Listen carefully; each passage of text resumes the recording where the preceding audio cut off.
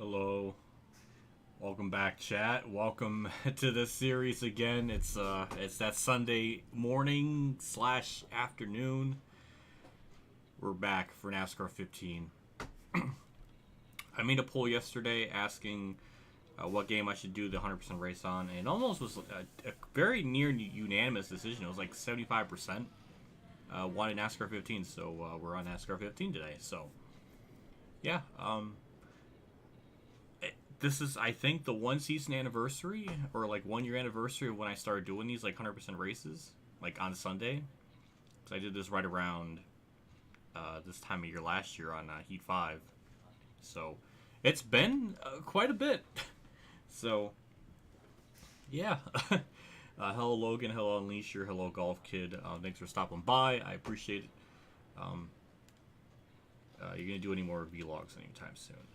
Probably. It just kind of has to hit me like in the spur of the moment type of thing. Usually I don't really have a whole lot that's like interesting worth to show, but if something just kind of hits me to do a vlog on, maybe I will. Maybe if I get 16,000 subscribers, I'll do like a day in the life vlog or something. I don't know. I'm saying that because I don't think we'll ever get to 16,000, so that's like an impossible feat.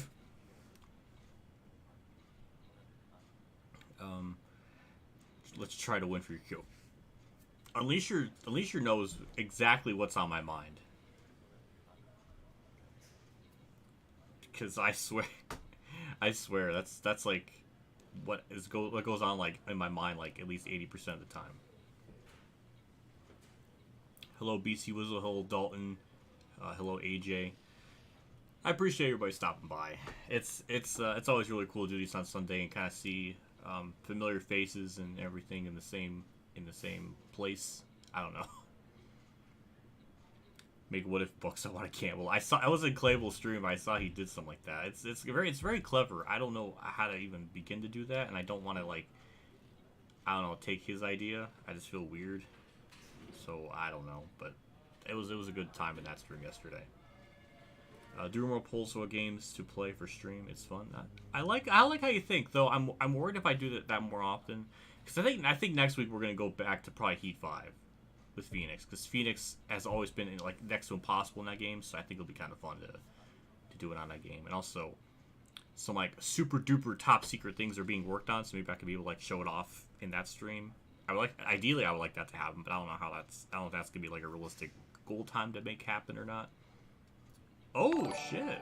Hey, thank you, PC Whistle with the 5. IDK about y'all, but since he switched to RCR, I like Kyle Busch. His attitude is different and he just acts like a completely different person. I don't blame you for thinking that way. Thank you, BC, for the 5. I appreciate that, as always. And apparently, from what YouTube's saying, that's your first time you did a super chat, so yeah! Hey, look at the frickin' background. There's the little, like, balloons and stuff. That's adorable. Can the money have what his face on it? Oh god, that'd be amazing. I would love that. I just want like the angry face. I flicked my freaking thing. If it was just like my angry face, like that's in the emote, in my chat. That's something you could do if you remember. But yeah, ever since you switched to RCR, you like Kyle Busch.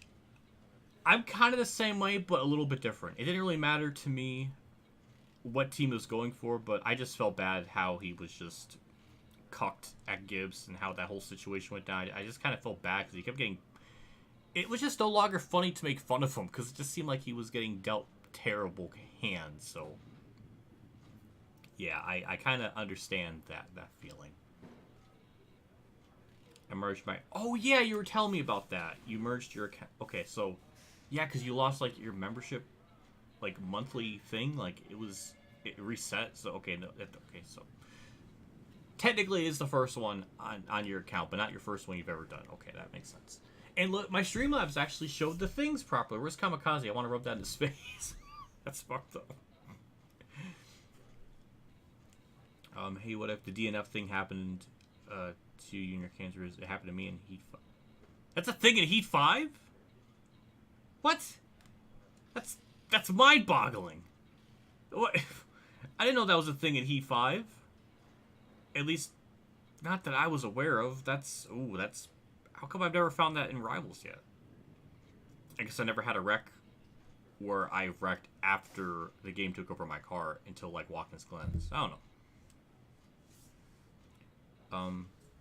Let's see, gambling is Celestia's job. I see what you did there. That's a good one. It's just the fact that I understand, like, I got a Danganronpa fan in chat. That warms my heart. I don't ask for much, but one Danganronpa fan's, like, in my chat, it makes me happy. So yeah, that's cool. What do you mean by the Kyoko's 6s and Nico's 97? I wonder what that means. Unless, I think Clable had something like that in his stream yesterday. I don't think that was what he was trying to, like, reference, but I'll take it. I'll take a reference. Yeah, Xfinity Race was really good yesterday. That was like flag to flag, amazing. Really, if I did a review, it'd be like 2 minutes because it was just amazing. The fact that it went green flag for so long and it just played out organically, and just how that played out at the end, like, just, it was such a natural feeling. And I wish that stuff happened more often, but it just seems more often than not. Like, most of the time, it always seems like they try to find an excuse to throw a yellow. I didn't forget about Las Vegas in the fall, where Brandon Jones got sideways, and that was, like, enough to throw the yellow, and that, like, in turn, cost Gregson the win, and then it costed Allmendinger his playoff 4 spots. So that's kind of horseshit. But yeah, I don't know. It's just ugh. But Vegas was good. That was nice. Should have been a Chandler Smith win. It should have been an Allgaier win. I don't know. It's in Heat 5. That's insane. I didn't know that was a thing in Heat 5. I'm gonna have to, like, test that out somehow. I might have to, like, jump onto Heat 5 or something tomorrow or something and try that out. Or at least on PC, and see, like, if I do, like, a pseudo, like, championship mode and see if that happens. I don't know how I would trigger it, though. I don't know, I have to figure it out, but that's crazy. I didn't know that was a thing in that game. I guess it's not surprising Rivals carried a problem over from, like, the Heat games, because that's basically what the game is, but it just never really had those weird things happen to me at those times. But yeah, that was a good Xfinity race. I really can't I can't say a whole lot more beyond it. It was really good. Xfinity Trucks isn't canon. It didn't count. It was terrible. I didn't even really see any of it because I knew Kyle Busch was in it, and I just knew he was going to win. And Lord behold, he won by like 6 seconds, so that was not impressive. I didn't care. That race is 0. So there's your review for the truck race. So. Oh, sick! I thought I heard Alonso was back, but I didn't know what it meant. That's pretty cool. Happy to hear Alonso is back in, I guess, in a competitive ride enough to get a podium. So that's pretty cool. Live stream it, trying to DNF on caution. You got an golf kid. You got an idea. That's actually a pretty good idea. But I don't know how long. I mean, once we find it, then I don't know how long it'll take me to actually do it. It might be a very short stream. Now the Michael Annette challenge in like Heat 4, that was like, oof. That took me like 4 hours to complete.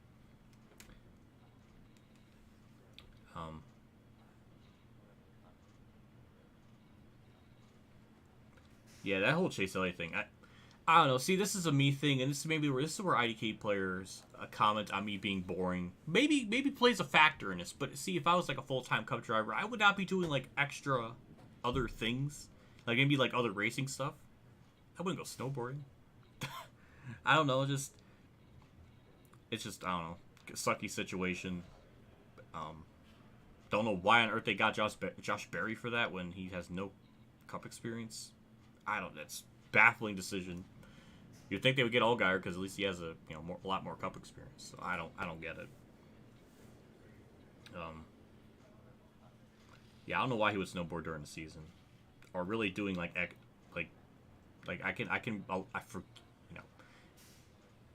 if it was during like a racing incident, I feel like I probably wouldn't really have that much of a problem. But the fact he's snowboarding, it almost kind of makes me think like, what are his priorities? Like, are his priorities not completely in check, or is he just? I don't know. It's just weird. But I'm not really worried about him getting the waiver or not. That, like, there's some debate about that. He's gonna get the waiver. Kurt Busch got it. Kyle Busch got it. There's so many people that get waivers for stuff. It doesn't really matter. So even though technically by the rules, usually you're supposed to get the waiver if you get wrecked, if you get injured during like a racing sanctioned event, not just anything. So technically he should get the waiver, but I mean Kent's got the waiver because Larson said the no word. But so see, it's just a convoluted mess, so they'll probably just let him go through. And then he'll make the round of 8 or something, and round of 4, and be a championship threat when he really shouldn't be a championship threat at all if it was a full-time season. But, you know, it's okay. He actually should have won a championship last year, so I won't rag on him for that.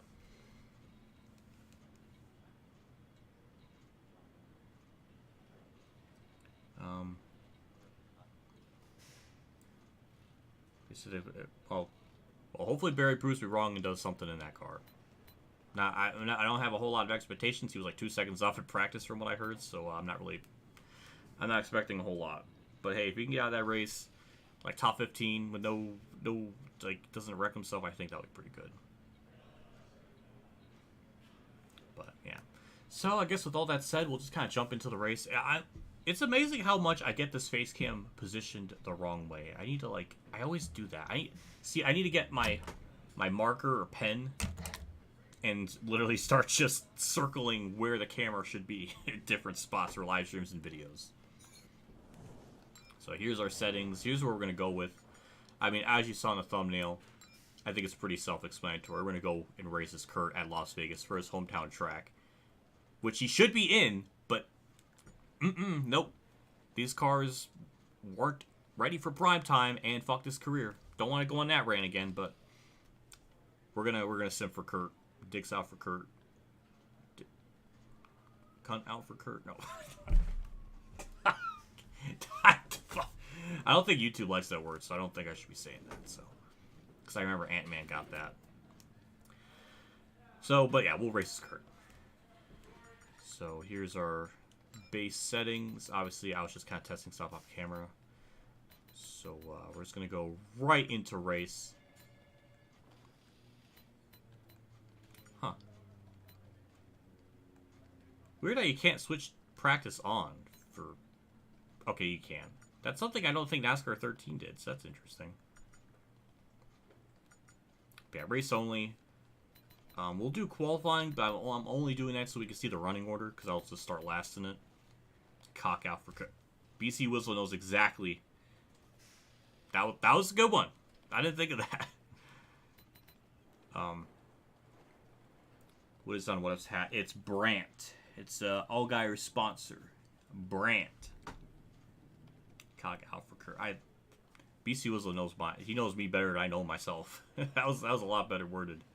Oh, look at that pen! I never saw that. Look at that Victory Edition on it. Oh, it's adorable.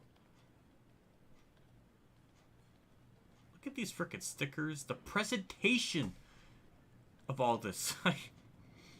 NASCAR Rivals, you just get like a little boring menu. I'm not saying Tenix better. Okay, mate. Well, just the presentation. It's just, I don't know. It's cute. So 100 laps, 100% race length. I mean, here's our settings. With that, we're gonna get into it. Loading times are very quick on the PC, so I'm not really worried about all that. Look at my thumb. Look at my freaking thumbnail. There was Vegas live stray because I couldn't fit the whole word in there. 3 races, 2 wins. All right.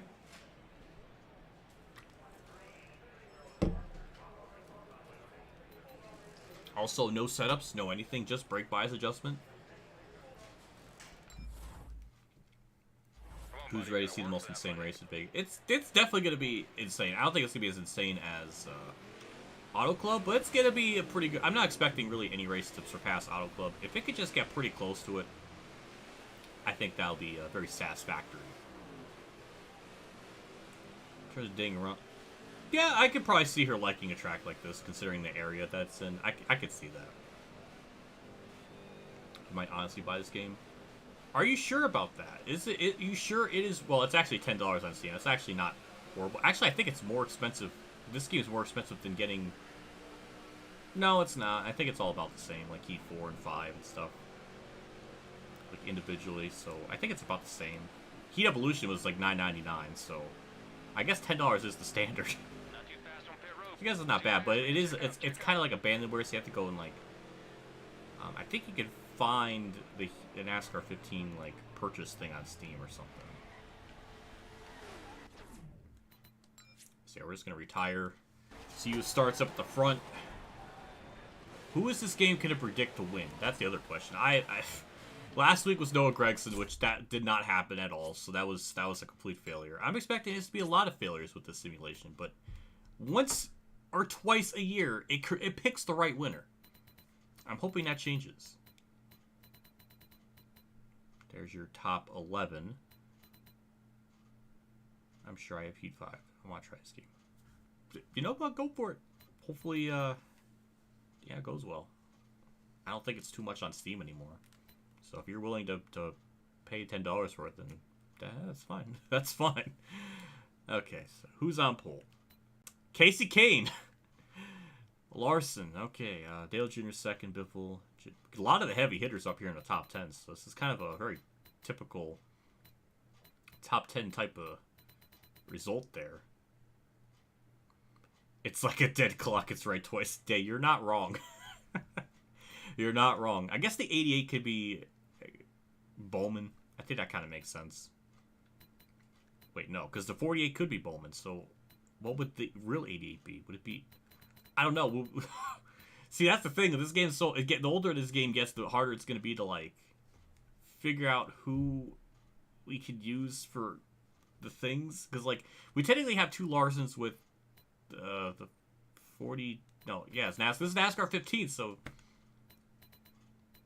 We got, like, double the Larson. The 88 and 48, that could be Bowman. We need to, like, have, like, a chart and, like, really, like, figure things out. So we have, like, a definitive list. Because I guess the 19 could be Truex. And then the real Truex could be the Truex again. So I don't know. Yeah, it's a very standard top 10. So, yeah, this is going to be a pretty stout field. The AI are generally pretty tough, but I don't know about pit strategy. That's the one thing I'm worried about. It's Josh Berry. Damn, I didn't think of that. Well, hopefully we don't have to answer these questions, and it could be someone that like we can already kind of like you know plop in a name that's I don't know, we'll see. But yeah, so yeah, the only thing I'm worried about is just pit logic. From what I did in my 50 lap race, they pitted weird. Like I don't understand it. But yeah, here we go.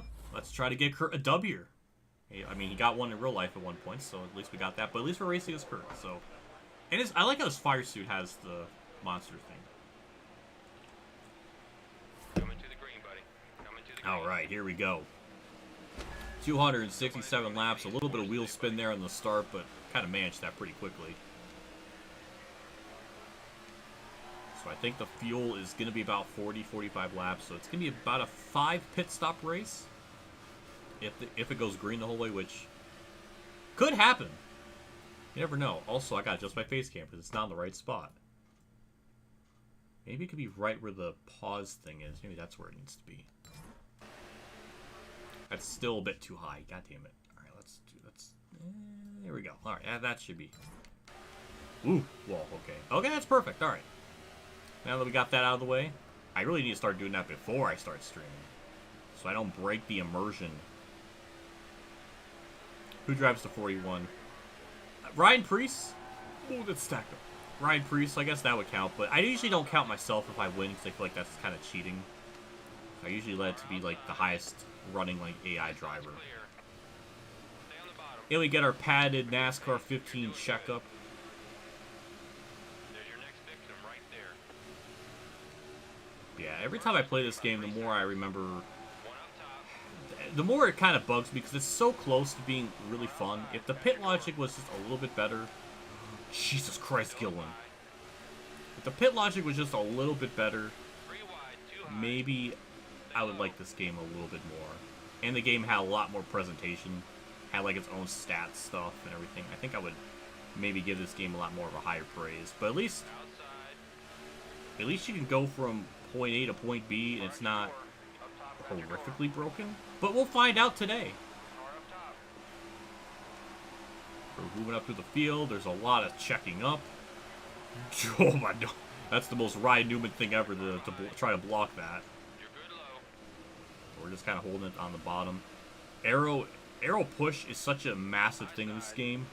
You basically have to stay away from the AI and the lines they run. So it's always better just to not be right behind them. Looking high. You just kind of run your own line. Also, not only does it get the front of the nose clean, it turns better. And also the AI check up a lot. So that also gives you more of an incentive to stay away from them. Keep rolling. Keep rolling. One outside. Keep it low. Well, Dale Jr.'s leading, so this is going to make things even more complicated. Who the hell that's supposed to be? Two back. I don't know. I guess we'll just love... Oh, boy. Approaching high. Oh, boy, they're just checking. They're just eating candy for breakfast with how much they're checking. I don't know what the fuck that means. Got one working the top. We're just about in the top half of the field. Eventually, it's going to start getting a lot tougher to gain spots once they spread out a little more. Cover your outside. I wonder if Jeremy Isley's in chat. He can like tell us what person Just looking. the game didn't put in this race. Usually, he's always able to figure that out. So I don't really know. I don't know if that happens a lot when you pick a normal driver. I don't know. At your door. Far outside you. Yeah, we're doing pretty good so far. You do check up a little bit in turn one, You're good low. and yeah, I just One outside. I don't know. It's kind of weird how this game replicates like Dirty Air. I mean, 2015 was like one of the worst seasons in NASCAR that I watched since I was alive.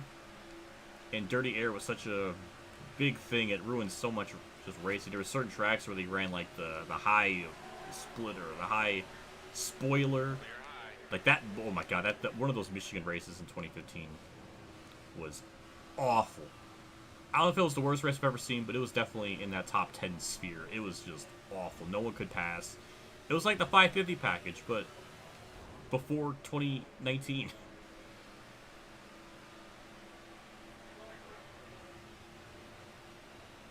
Oh yeah, now we're getting like the double standards of like Elliott fans being like, oh, Kyle Busch won the championship in 2015.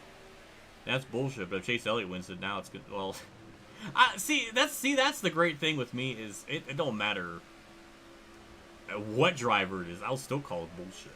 It's stupid. So you know you can always count on me for calling things out, or at least being consistent with my stances, even if you could disagree with them. I don't know why I said if you can. I don't know why I worded it like that. It makes it sound like I'm like forcing. I don't know. So now we're kind of stuck. This is about the part of the run where I think it's just going to be a lot harder to move up through the field. They're getting a little bit spread out. Also, I got to worry about my grill tape because it is close to getting red, and I don't want that. So I might have to adjust that when I pit eventually. Yeah, I want to stay out of this draft because it's getting borderline. Cole Witt, you know, what did you think was going to happen when you shot me off there? Go ahead and lose spots. This is why you don't have a ride, and this is why you're freaking using deodorant, because your deodorant sucks. Just like you. Freaking parking the bus in that 2016 Homestead race. I didn't forget about that. I'll never forget about that.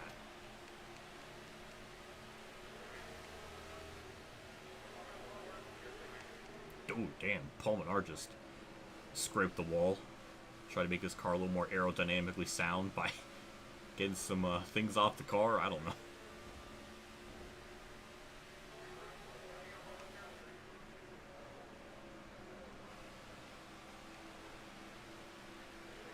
$2015. Oh my.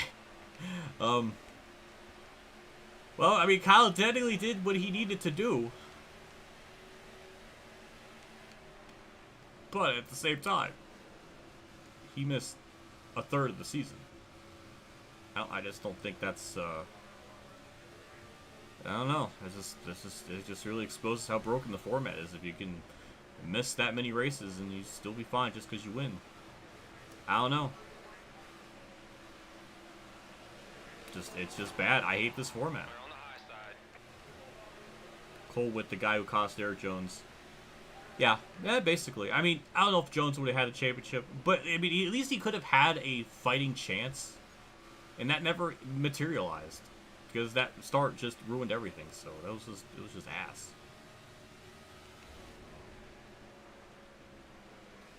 Inside's clear. So yeah, Dale Jr. now just pulling away. You know, he never won at Vegas. He was close.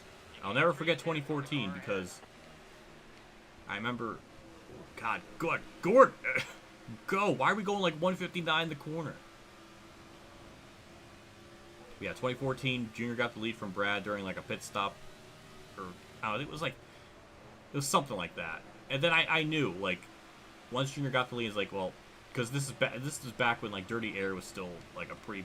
This is why I always think like the 2014 season isn't as great as everyone thinks it is, because you know there was still a lot of the Gen 6 problems present in that. It just, you know, at least you could wheel the car a little more. But yeah, Dirty Air was still a massive problem. Because once I knew Junior got the lead, it's like, yeah, he's gonna be fine. Like even if Brad's faster, Brad's not gonna be able to find a way around him. And it was gonna be the case until Junior ran himself out of fuel. So that was a sad day. That was a stretch of races where Junior just ran so incredibly well. One at Daytona, second at Phoenix, and then second or third at Vegas. It was a good time to be a Junior fan. So was Dale Shears. I'm good at just lumping in with Bowman because why not? Check your inside. Left side's clear. We got the real Chase Elliott in this game, so that kind of counts. So we'll just lump it as like 2 Bowmans. I don't know what I hit there. That sounded painful.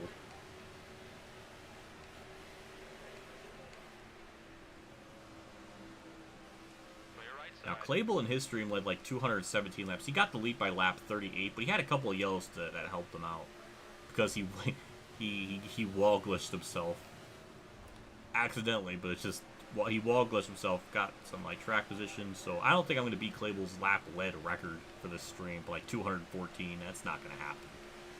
Nope, not going to happen. I'll be lucky to even lead 100 laps with how this is going so far, because even during a green flag pit stop, I don't know. It's gonna be tough. I mean, if it goes green this whole way, it's definitely gonna be a lot tougher. Car up high. Gotta get to the bottom. Sauer won 2016 championship. Car up top. Yeah, I can't remember Outside. if he would have won it in a full season format or not. I don't know. Keep digging. Maybe, I can't remember. Clear right. I feel like, well, the point of the waiver, like the original concept of the waiver is if you get injured in a NASCAR sanctioned event, then you get the waiver, not for just like anything. So technically, what happened to Kyle Busch was a NASCAR sanctioned event, so I understand that. Same with Kurt. Kenseth, Larson did all that in a iRacing stuff. That wasn't really like a NASCAR sanctioned. I don't know how that all quantifies, but yeah, the waiver just ultimately doesn't really mean anything. Because anyone's just going to be able to get it. And I don't even think it matters, because you don't need to be top 30 in points anymore. That's not a thing, so that just adds a whole can of worms to the matter, where just anyone that wins just gets in. It's like what happened last year. Austin Dillon gets in because literally the track had rain, destroyed the field, and it bumped out Truex, who was like 4th or 5th in points, because a win means so much more than being consistent. It's just, it's gross. I don't know what NASCAR wants sometimes. I don't know. I wish they could just make up their mind and be like, make a tweet and be like, hey, we're all in on entertainment, because I'll just leave. I'll go watch something else. I'll be like a hentai reviewer or something. Well, like, I don't know what they want. Is it entertainment? Is it like legitimacy? Is it a mix of both?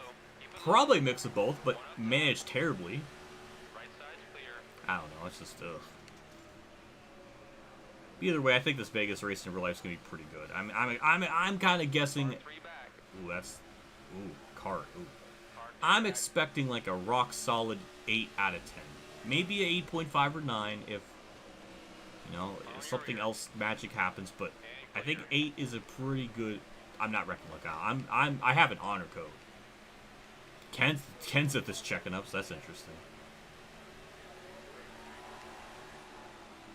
And Casey Kane, not Jimmy Johnson. Watch your outside. At your door up top. Alright, I think we're closing in. I mean, we're just about to crack that top 10. Whatever happened to Dalton Sargent, I have no idea. Right side That's a clear. good question. I have no idea.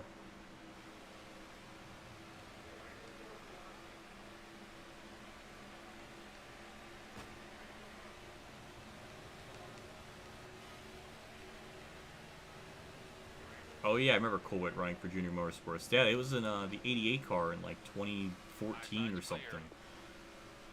Or 2012, I can't remember, but it was. I remember that. He didn't do anything in that car, so that's kind of why he's a bum.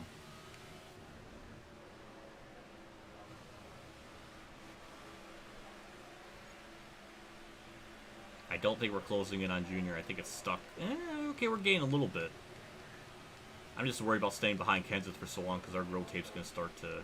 We're gonna start overheating the car, and I don't want that. We're on the high side.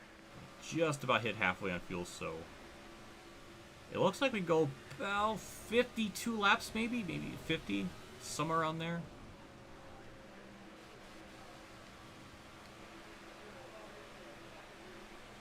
I wish NASCAR 15 had a lot more like different paint schemes. I know NASCAR 14 does. I should have done a NASCAR 14 now that I think about it. The leader is 4 seconds. Just because it gives us like different like alternate scheme options for the AI to use. We're on the outside. Well, I mean, we're not really seeing like the insanity of the Oh God, Kenseth. We're not really seeing like the insanity of the AI making like radical decisions or anything. Don't even get me started on Joe Graff. Oh my lord, the man has done next to nothing with anything he's given. Whether he has top tier equipment or no equipment, he just underperforms so embarrassingly. It's baffling. It's like Drew Dollar, except Drew Dollar has a fluke Dega win in ARCA, which means nothing. But at least it like is like a tenth of a point. Got one working the top. What's the worst NASCAR game of all time? Oh, it's Ignition. Easily. In like the last 23 years, it's Ignition by far. For the hype that it had, for the features it lacks, the shady business practices, and just everything behind it, it's by far the worst. Nothing will top it. Both on and off the gaming scene.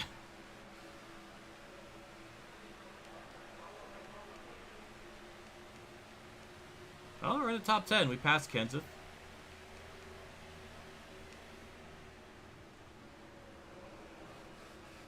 Joe Graff will be remembered as a driver. That Mark is very correct. That is a very, very factual statement there. He is a driver.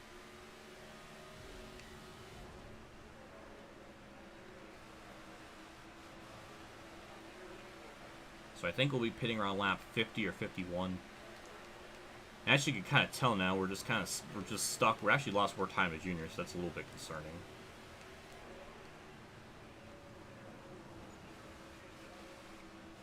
That's one thing I wish the Heat game had, which is driving miles a little bit better. I mentioned it to Clayble. I probably mentioned it in stream. But if this game had the NASCAR Heat AI with like their pit logic and stuff, and NASCAR 15's like driving model, ooh, that's a freaking goated combination right there. And then we can kind of sprinkle in like Thunder 04 like level like stats and presentation. Just those 3 games. Or 3 series, I don't know. And that's the thing too, to make it like a great NASCAR game, Ignition had the stats, but the gameplay is awful.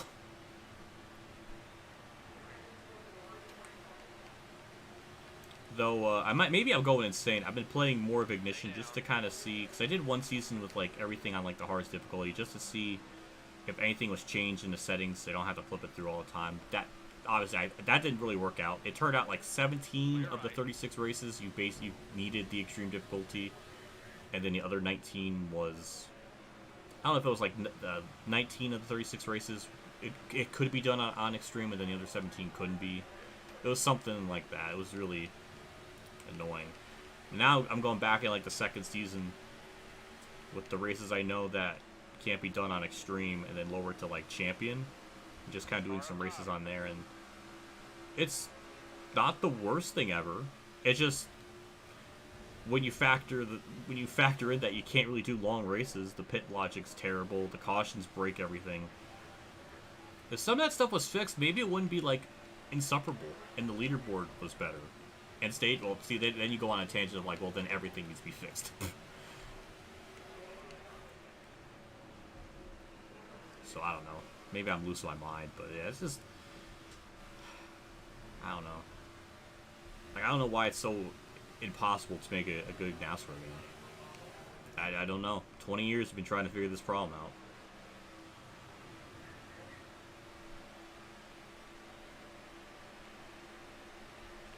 Oh, Ficker's gonna check up for Jimmy there. And now we're gonna go just about 3 wide for the pass. Everyone gives me room.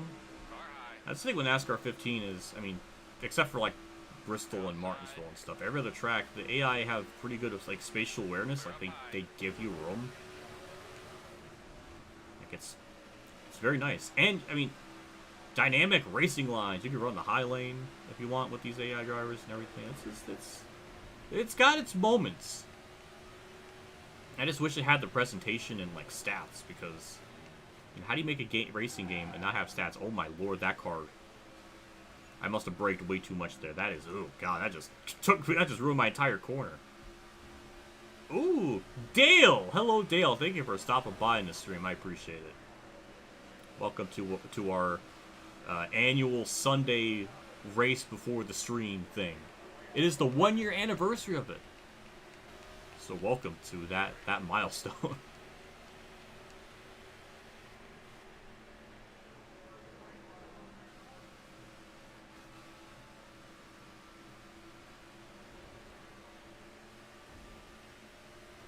Brian's Vicker's wife.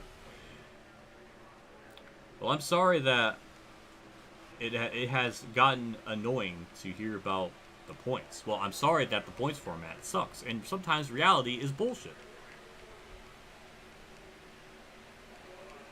And this modern format isn't really equivalent to determining an actual champion. So I have to always kind of think about stuff with a question mark. So, sorry. Really good, buddy. Check your outside. I will not ever get over it. He's coming on the outside. Despised it since 2004. Clear on the I guess maybe I tolerate a lot more in 2004. I don't know. But I excruciatingly hated it in 2014. The leader is 4 seconds in front. I think most people are coming around the fact they don't like stages. Yeah. That was a period of time. Back.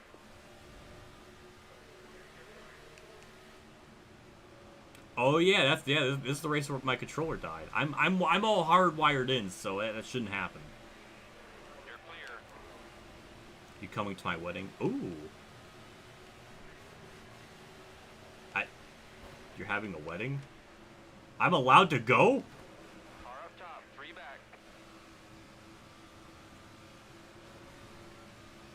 Clear on the outside. Car in front I of you, was good pit. 9 years old, 2004. Clear left side. Damn, the AI are. No, they're not pitting. Actually, we're gonna be pitting a lot before lap 50. So I don't know why I was thinking that. Yeah, we're burning way more fuel. Got one behind you. So we got about halfway on the fuel around lap 25. So I figured maybe around lap 50. So I guess I was wrong. I should have thought better. September 16th. Huh. Well, shit. That's pretty cool. Car underneath. Keep a good pace. You're doing great. It is very suspicious that you have your wedding on the 20-year anniversary of Thunder 04. How does that happen? Come on, you got it. Ooh. Go get 'em, what if? And check out my new music after you win this one. Sign of the Horn's light skin tone. Low. Ooh. Thank you, Drew Ryder Smith, for the 10. Thank you for doing that. Thank you for being. Thank you for the first time super chatting in my chat. Vickers, Clear up top. I appreciate that. Thank you so much for that. I'm allowed to go. I'm gonna pit this lap. Now with the pitting, I'm gonna try to be as fair as I can and pit in the same way that the AI do. So I'll go down. You know, I'll be slowing down going into turn 3.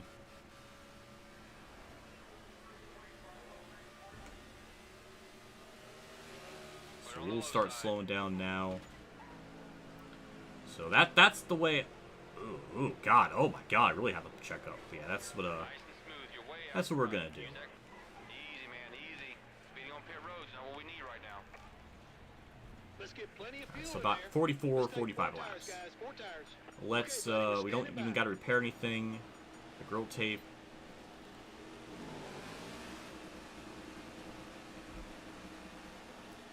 We're so young, barely remember the Winston Cup format.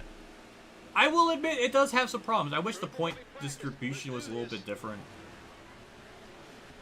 Because basically, if second place leads like the most laps, they still get the same amount of points as the winner. That doesn't really sit right with me. Not every year is like a game's having a exciting moment, but that's kind of, I'm fine with that because it makes those magic moments happen good. Because yeah. Great stop, guys. In and And also doing NASCAR 15 because I literally did a poll asking like what game I should be doing this like, or what game I should be doing like this Sunday stream on, and most people decided to want NASCAR 15, so that's why we're on NASCAR 15. Okay, let's go get him. So I don't know, I don't know what more I don't know. Looking high. That was not like, Clear high. we didn't really even lose that much time during that whole pit sequence, but people pit it like what they're supposed to. Jeff, because this game is more fun to race. Hey, NASCAR Heat 5's fun to race. I did a lot of stuff with that game last year. It's not bad. Dare I say, I think they're... I don't know. I mean, they actually pitted pretty normally. That was like a very normal sequence.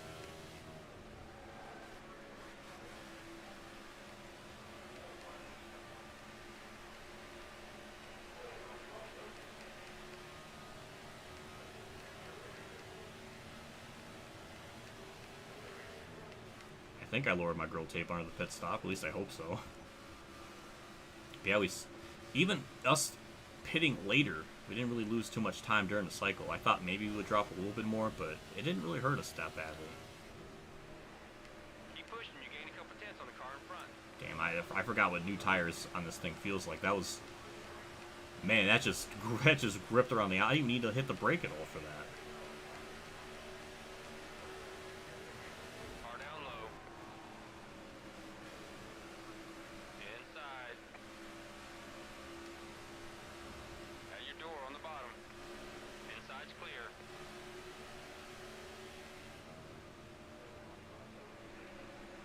Car 3 back. Car 2 back. Now you're clear.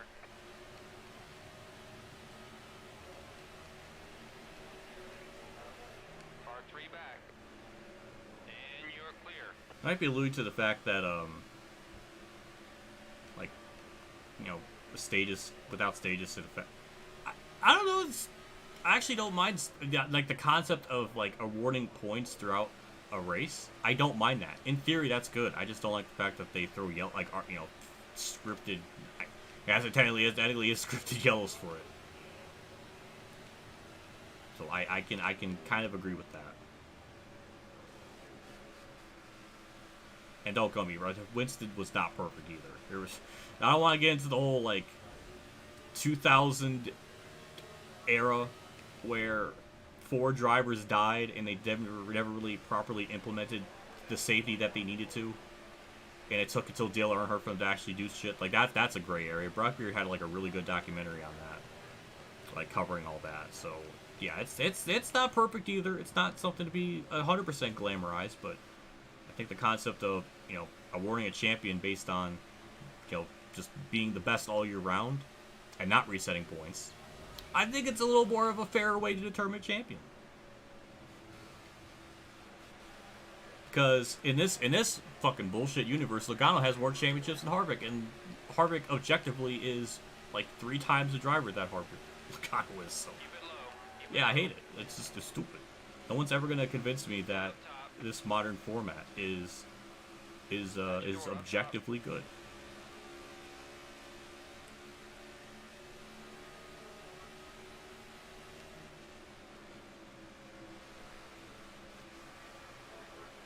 That's true. You got me there. Yeah.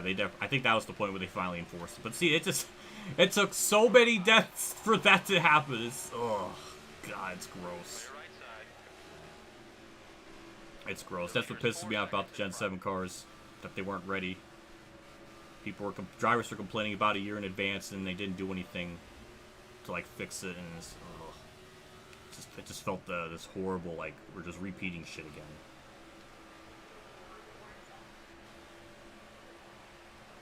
Better than who has the most money.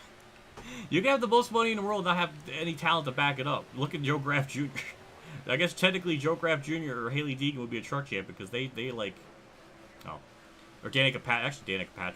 Danica Patrick shockingly sold a lot in terms of... That's stupid.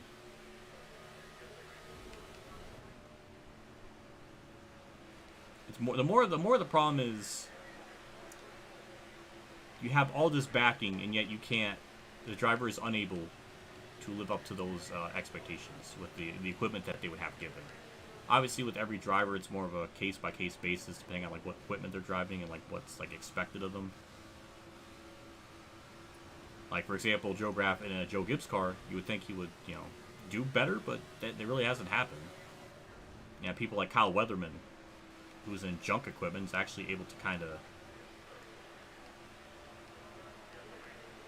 Oh, I was looking at chat. Damn. I remember that points for. I think that was before Winston. God, I can't remember. This is starting to get way before my time. But I think that some of that points format stuff that was before Winston, because they came in 70, 75. So it might have been before that. But yeah, some of those points formats are not good either. Ugh, yeah, that was ugh. God, they like awarded points for. Different. The points were different for like the type of track, and it was very convoluted. Clear now.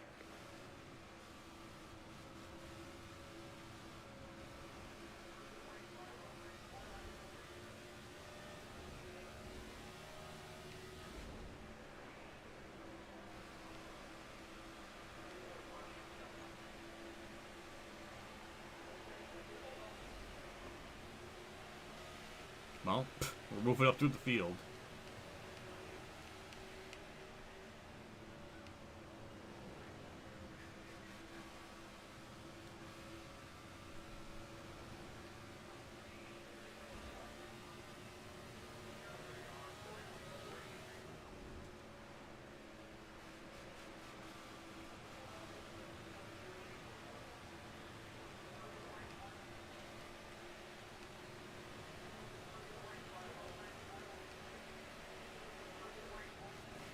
Ooh, that's an interesting. See, Jeff's bringing up some pretty good, interesting questions here. Cause that could be such a deep dive on just the history of NASCAR points formats and kind of look at which ones would be like the worst. Though you have to really like you have to be very try to be like very objective with it, with a topic that could be very subjective. I don't know. But I don't know. The winning, I don't know. Just the winning your in thing just is so gross to me. Because if you win, it could just leapfrog you over everyone in points, and it just doesn't. Man, I wish I was born earlier, so I could live through that time period.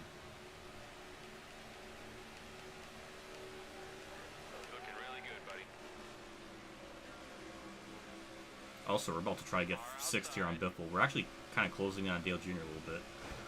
Outside. High side's clear.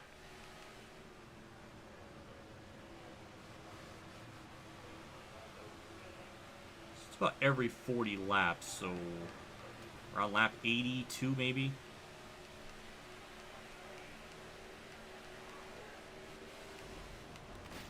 Ooh, debris, ew.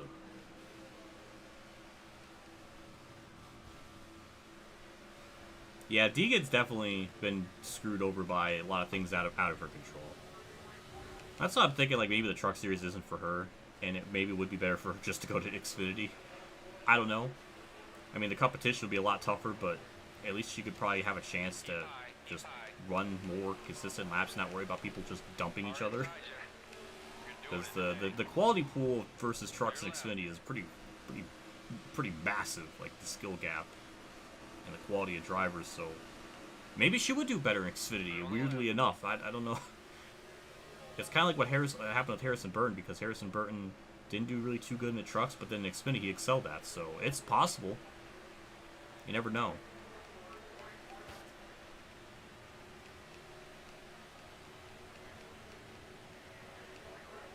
Also, we passed Greg Biffles. That puts up the 6. We're almost about to crack the top 5. Dale Jr. is still leading, just dominating. And we are only about 3 seconds back. We've certainly closed the gap a little bit. I wonder if the fuel load is pretty accurate to real life at this time period. I can't remember. Again, this is 8 years ago, but I would think it'd be more than 42 laps or something. Maybe I'm wrong. I don't know. Leading by 3 seconds.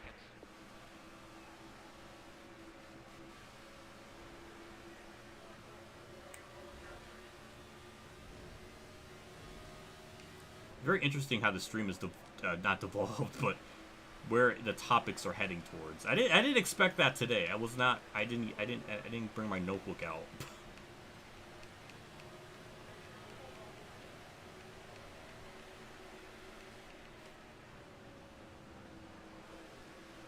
I guess to me, it never really mattered if a person had a singular win to win a championship, or really even no wins. But when you have like someone like Matt Crafton in 2019 just kind of get fortunate enough to be in the right position at the right time and win a championship without winning a race, and he wasn't even really the best one all season if you look at like full season format, then yeah, it's a little sussy. Same with the...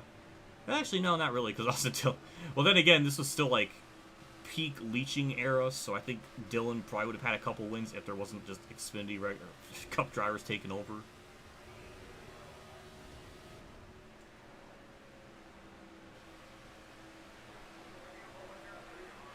So that was kind of like a... And also the circumstances how he won that championship.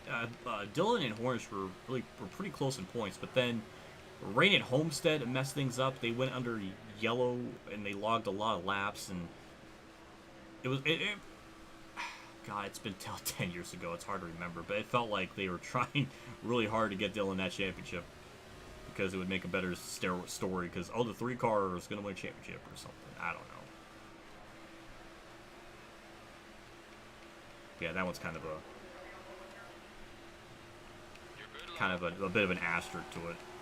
That's really only mostly because, one, Leach's probably took a couple of his wins. 2, yeah, that's it.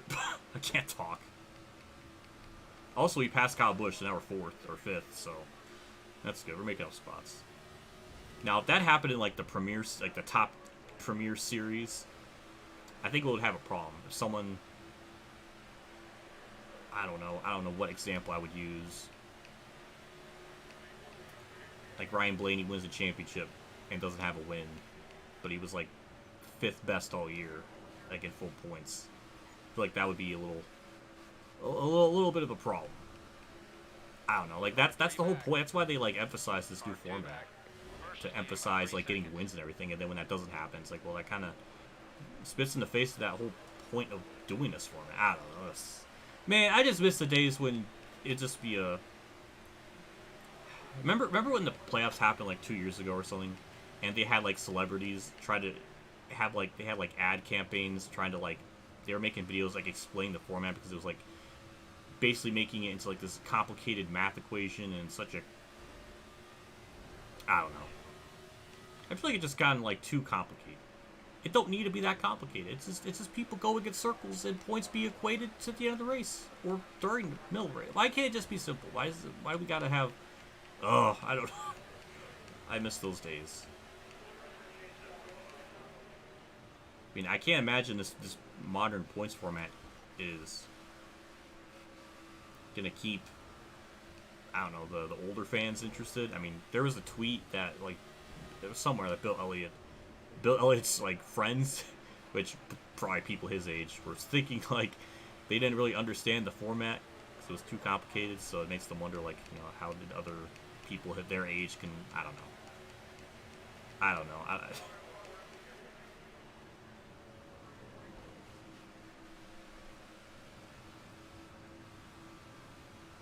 Ooh, hello BC Whistle. Thank you for the $2 super chat. I see that. Thank you so much for that. I appreciate it.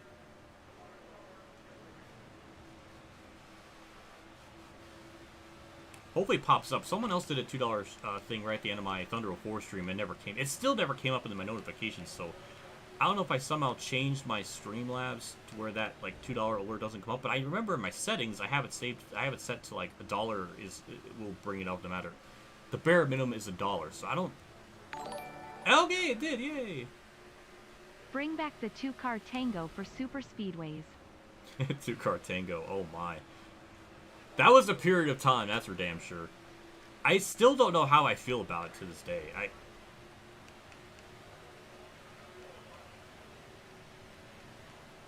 don't know. Do I want that back?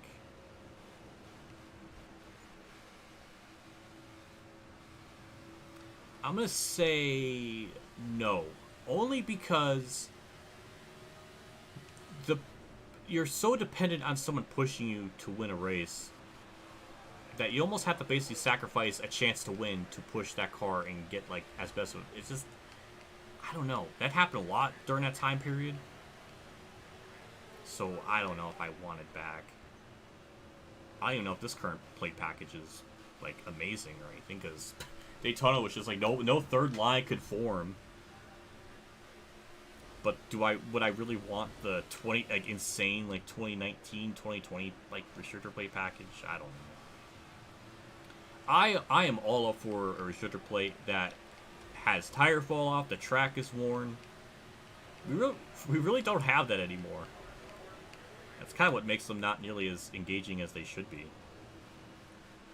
So, you know, back in, like, you know, before Talladega got repaved, that was a lot more skill-based because the track was a lot more worn. Daytona was like that until 2010 when it needed to repave. I'm not saying it didn't because it literally was, like, falling apart in the 500, but when you have a restrictor plate that, you know, or a super speedway where tire fall-off's a thing, the track is worn, it's bumpy, it comes a lot more into the play of driver, like, talent and driver hand, like, driver talent, skill. I think it makes those wins a lot more impressive versus the stuff we have now. Also, my grill tape is red, so I am not going behind Brad anymore.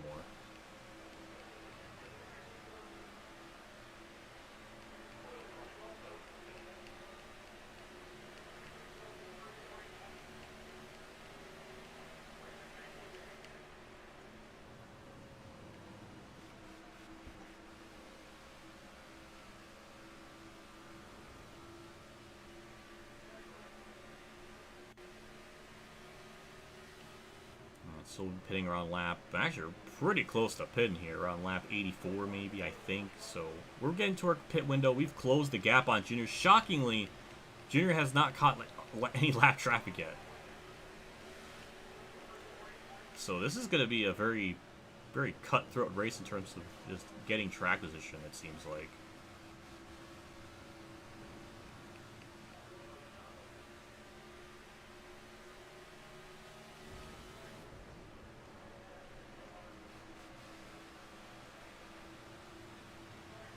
Sometimes that's kind of the magic with live streams. It always feels like to me. It's just sometimes we'll just get into topics, and I just don't even remember how we got into said topic, and then we just go into this, like, discussion, chats among themselves. I can't even talk. What is wrong with me today? And then I give my takes that like 90% disagree with, and everyone gets mad. It's just, man, I just want to play NASCAR 15 and have a good old gay old time. Great run off the corner. We're gonna pass Brad there, so that's for P4. Right's clear. So I'm assuming lap 84 is whenever. I mean, I'm just gonna pit whenever Dale Jr. pits, because it seems like they got the good old pit logic down.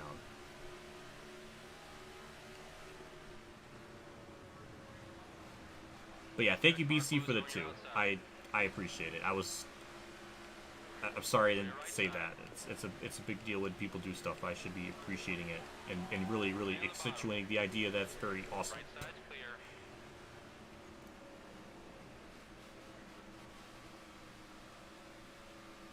Christy Jones for Thunder 2002 career mode, but I've already done a Thunder 02 career mode.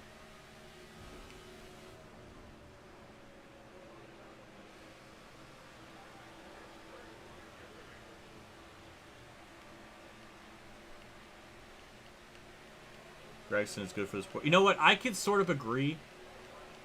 I understand that point. It just I will personally never like him, and I don't know if I ever will. But then again, I've turned to heel on Kyle Busch, but with Gregson, I don't think I can. Oh, people are pitting. Nope, not anyone in front of me. But I just don't think I could ever like a driver that sexually harassed a girl. I don't think I can. I don't think that's ever. Oh, that's our first wall hit of the day. I just don't think I will.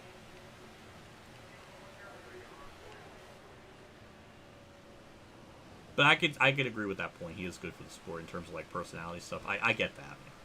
I just don't think I can like him. That's just the me thing. Oh, there goes Dale Jr. There goes Harvick pitting. I need to be way better getting down pit road because that was not good at all. Yeah, I need to be a little more careful. I'm trying to pit like the same way the AI do. So. Okay, let's gas her 4 up. tires We and got fuel. the We'll race pit, starts. re-rack it, do it again. Okay, let's get this stuff figured out. Lower the grill tape. It's going by really quick. Okay, we need to be fast here. In and out. Let's go.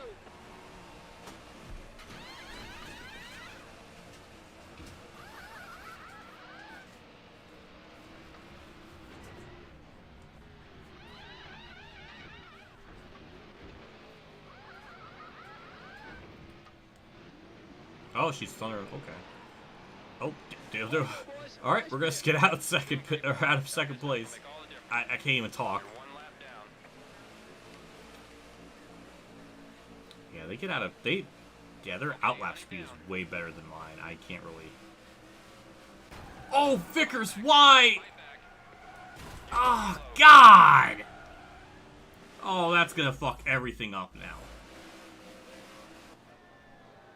I think that was probably my fault. God damn. That's embarrassing. Racetrack's clear. Well, there goes. Now open. That's gonna fuck some shit. I mean, I think we'll get the wave around.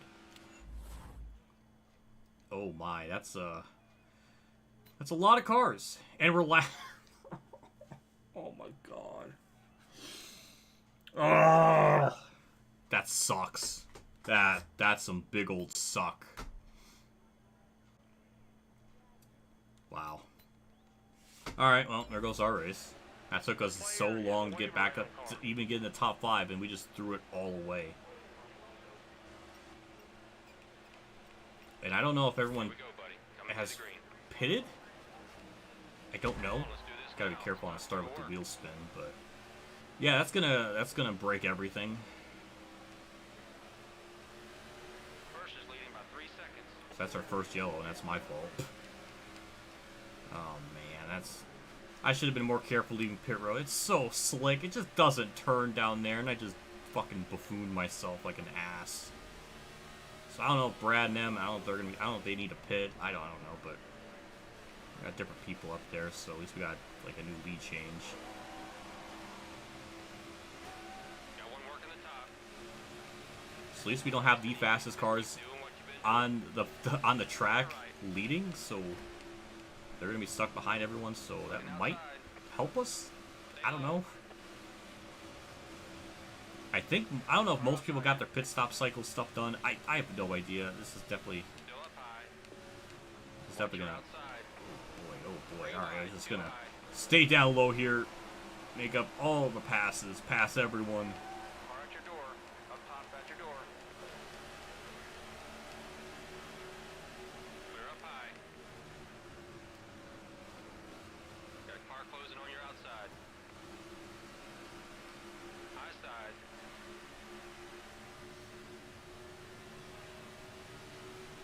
One back, coming high. That's just painting that white line. Hell yeah.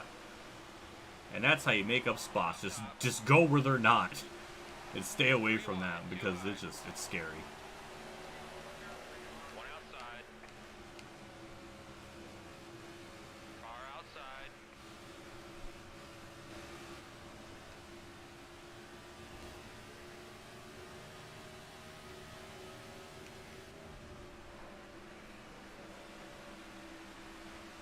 Inside. Keep the Ooh, momentum. Mears. Alright, thank you for holding the line.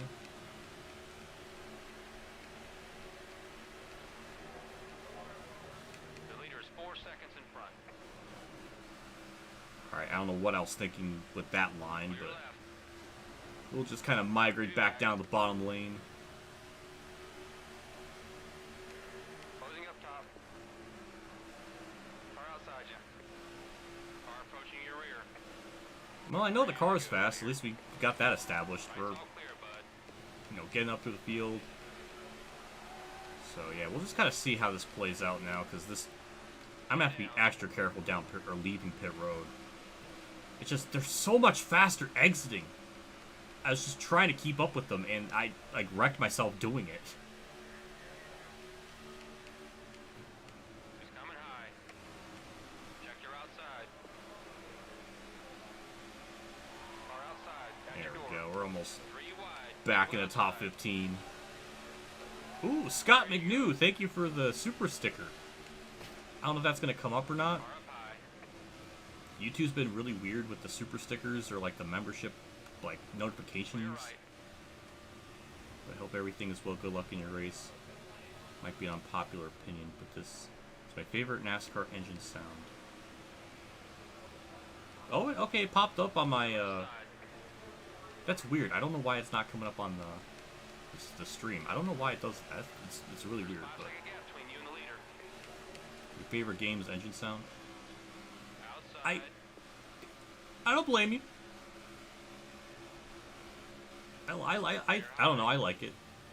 Again, I'm no engine person, so I'm like probably the worst one to really gauge on like what is a good engine sound that is nice. But I always thought this was fine. Definitely better than Heat Evolution, Heat 2 and 3, where they sound like just vacuums. I remember that period of time, that was fun.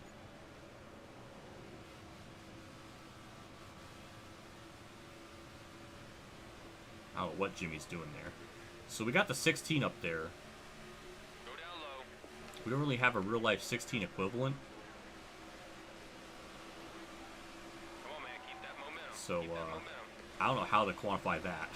So hopefully Biffle doesn't win this, because that's going to make things a lot harder to kind of figure out who the hell this game's going to predict the win. Car 3 back.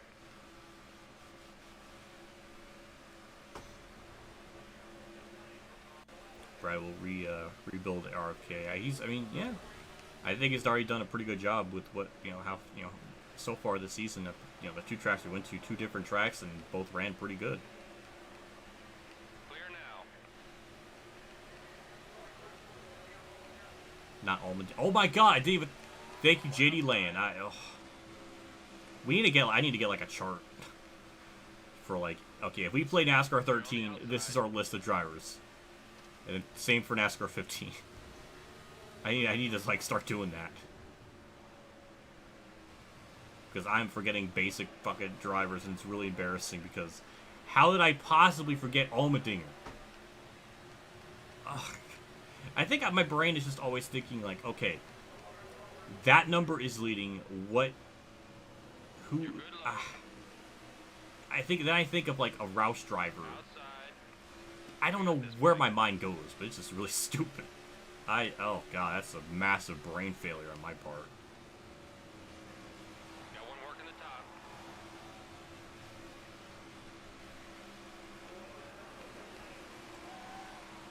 I have no idea where Dale Jr. is, but I'm assuming he is higher than the top 10, so I don't really see him anywhere.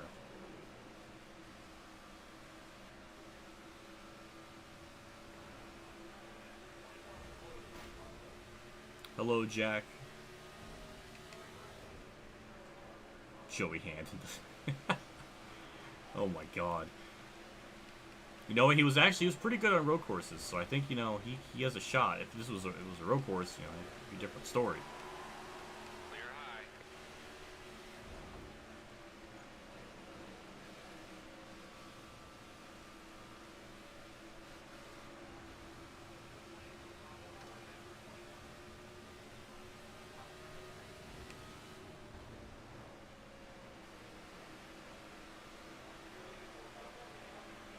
Jesus, that happened in this IndyCar race? That's... God. Keep rolling. Hopefully they're alright. That just doesn't sound good at all. There's That's 5 second gap scary between you shit. and the leader. That was the exact moment you hate Logano. 2012 Pocono, where he bump and ran Mark Martin out of the way with 8 laps to go when he was on fresher tires and had so much opportunity to get by him and just pass him, but nope, he had to run him over. Because, you know, fuck respect.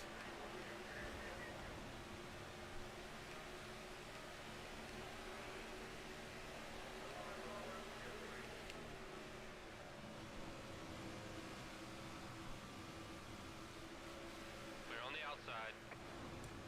Ooh. Wow, that just plowed.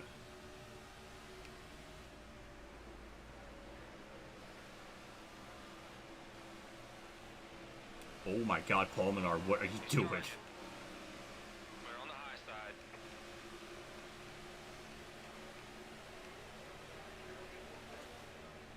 So I think we'll be pitting around lap 133, maybe? I'm not really sure. It's somewhere around there.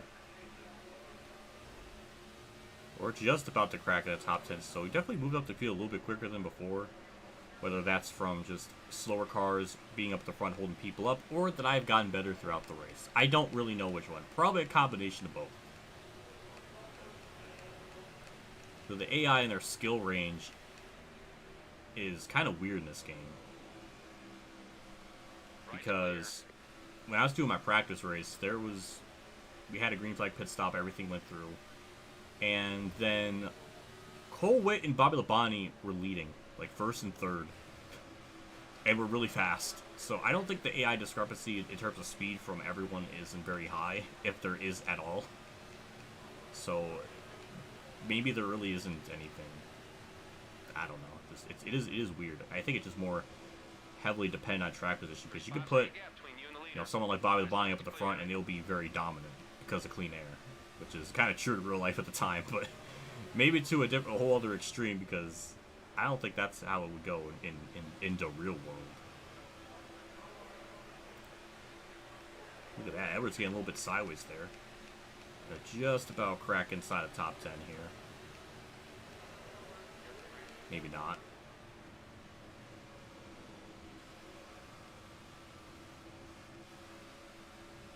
There's so much dirty air all over the place. Look at freaking Logano cut Edwards off. That was definitely a Logano thing to do. And then with that, we're going to go up to the high side. Newman's going to check up there. I got to kind of cut down low here. Just like that. Oof. Oh my god. The closing rate. And someone mentioned Cole Witt in my chat, and then here's Cole Witt just casually running inside the top 10. One outside. But yeah, that's just a Cole Witt type of race for him in NASCAR 15.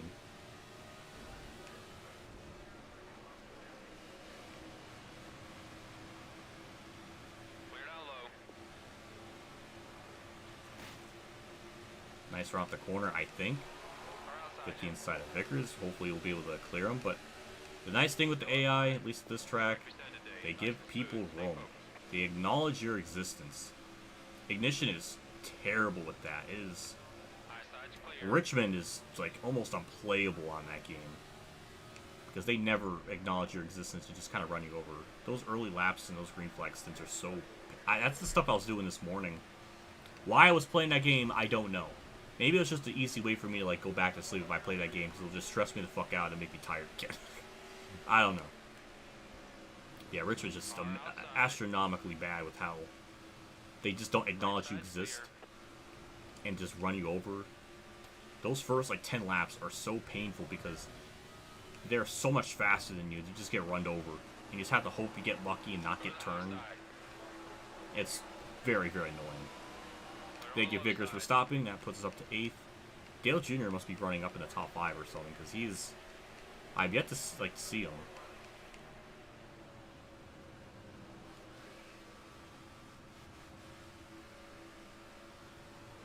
He'll give you nightmares. That's why you play.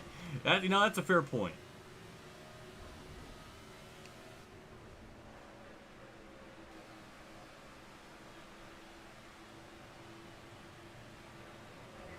Yeah, I see Junior there. I think he's in his Diet Mountain Dew car, which that car was so cursed in his career. Anytime he ran that, I knew he was going to get in a wreck or something bad was going to happen to him. Didn't matter.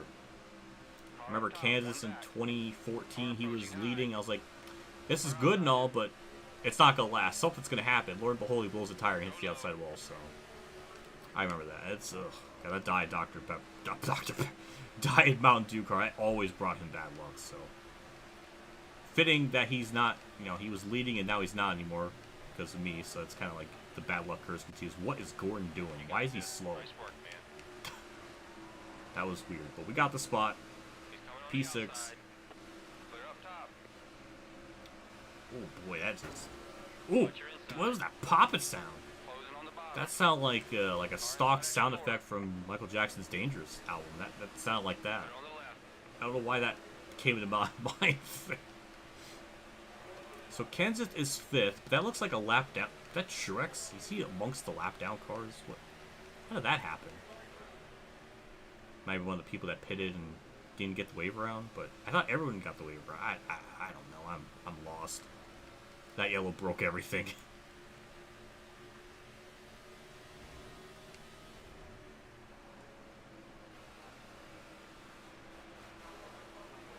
Imagine Whit being like this in 2015. Yeah, he's just casually running 7th. Just outrunning Jeff Gordon and Vickers just effortlessly.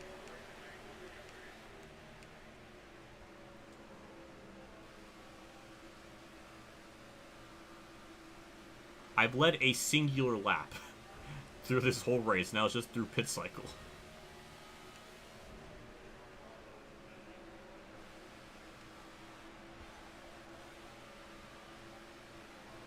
Yeah, like I said, it's going to be tough to actually get the lead here. No way in hell I'm going to beat Clayville's record. He had like 210 or something. Like, it was like absolutely insane. That's Truex 42nd. So he's a lap. I have to imagine he's the first car lap down. Ow.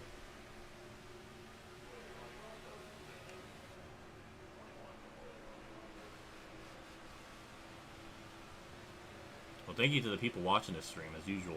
50 plus people, I think I saw 1 point, so that's always really appreciated. So, yeah, it's pretty cool. It means a lot. It's pretty damn badass. So, I'm gonna try my damnedest here to get the win for Kurt at his hometown track.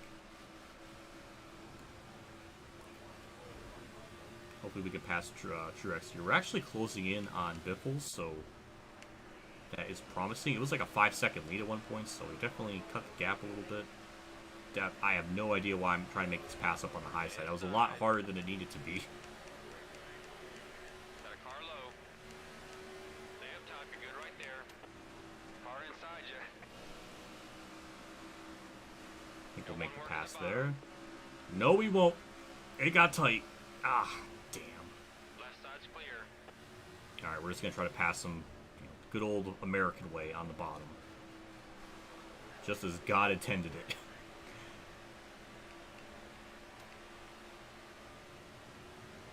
So yeah, Dale Jr.'s 4th. I don't know where the rest of the field is, so. this goes green, Biffle, I mean, unless Biffle Clear on the outside. is going to pit really early and mess up his fuel strat or anything, I mean, if they pit when they're supposed to, Biffle's in a really good shot to cheese this win. Get it? Because he's sponsored by Cheez It, well, in 2016, but it's a sponsor he previously had, so it works. Clear right side. It's a terrible joke, but god damn it, I made sure I fit that frickin' rectangle into a circle.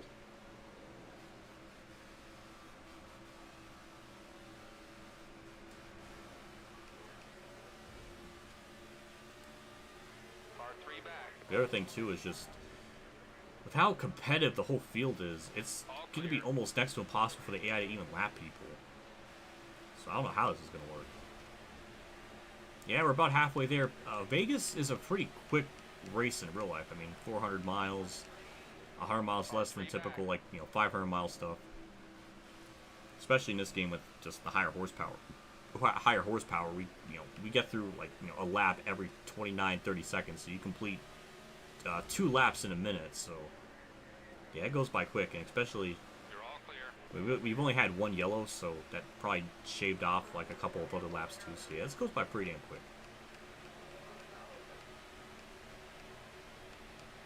But the fact that my boy Kurt, this is kind of what happened in the Auto Club race in real life, not in real life, but in last week's stream, he wrecked really early on, painted the entire back straightaway with his black car, and he ended up getting like a top 10. He made a comeback from wrecking and then starting last and working his way up to the field. That's kind of what we're doing here. We kind of did our own impression of it. Now that I think about it.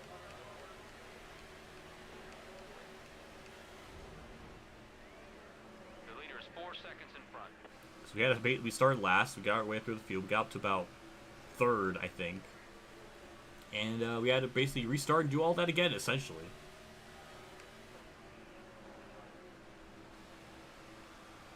Kenseth tried to pass Junior there. I don't know what happened with that, but that was interesting. Kenseth, oh my god, he just stopped. That's another weird thing with this game. The AI check up randomly. It doesn't really make a whole lot of sense, but we'll take the spot. Cover your outside. But yeah, Biffle's AI. Oh, never mind. Okay, Kenseth's really trying to shut me up here. He's just passed me on the outside. All right. Damn. Move down low. Wow, he just took that spot back like an absolute badass. That was a DeWalt power move of the race presented by Dollar General. I actually am closing in on Biffle, so I don't think Biffle's the fastest car on the track. So On the high side. maybe the AI do have like stats, like varying stats, but it's like by like 1% difference or something. Because yeah, he's definitely. Because when Dale Jr. was leading, it was almost next to impossible to run him down. So I don't know. Interesting.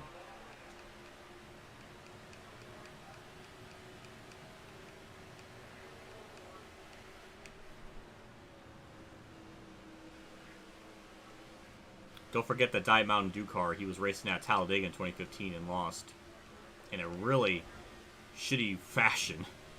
He didn't even get a chance to race it out. Gotta get more aggressive, man. Pass the slower car in front. Well, my crew chief just called Kenseth slow. That was really messed up. So some people are pitting already. I mean, we'll just wait till whenever Kenseth or Biffle pits. It should be the next, definitely less than 5 laps from now, if I had to You gain a imagine. couple tenths on the car in front. The leader is 4 seconds in front. I gotta try to get better getting down pure like what the AI do. It's such a weird angle to pit. Like no driver pits in that angle. Like you don't slow down going into turn 3. They usually do it like in the middle of 3 and 4. I don't know. It's just weird. I don't know why maybe they purposely designed it like that because the AI, if they were to do that, maybe they would wreck themselves too much if they pitted like how they're supposed to. I don't know. It's just weird. Car in front's heading to the pit. Well, my crew chief lied. No one's actually pitting in front of me, so wow.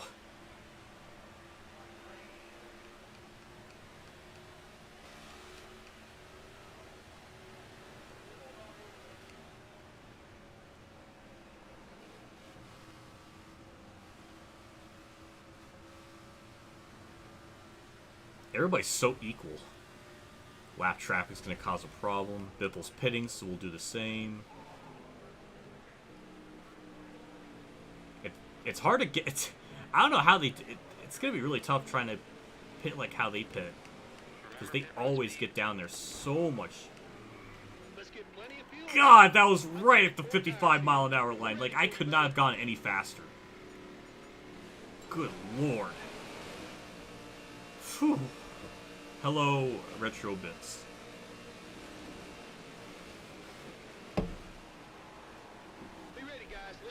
Okay, now this time when we leave pit road, let me try to, get out of pit road and not wreck. Simulated 2023 Pennzoil foot. Yeah, well that's because I did a poll asking which one people wanted, either Heat 5 or this, and this won, so that's why we're on this game. We're gonna be, oh god, AI car, calm down. So we're gonna be second after all this. I'll take it.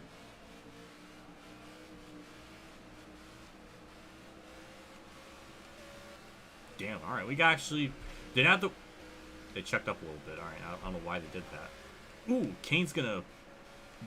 Like, just come up right in front of someone. That was mean. So Bipple's gonna have the lead by about 4 seconds, so I don't even think the interval changed too much. Michael Annette's up here? No, never mind. Okay, it's Brad Keselowski, but he's leaving pit road. Okay, my driver's confused. So yeah, we'll pass him there. So now, oh boy, this field got separated, or got pretty thicked out. What the f... Got very separated. I mean, we're up to second. That's good. Now we're 4.5 seconds back. Now we got to run down Biffle, which I don't know if we're going to be able to do that.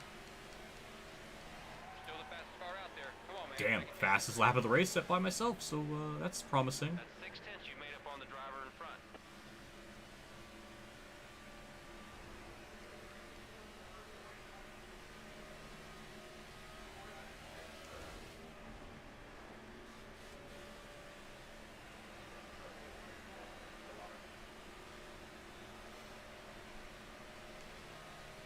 Boy, howdy, this field got all...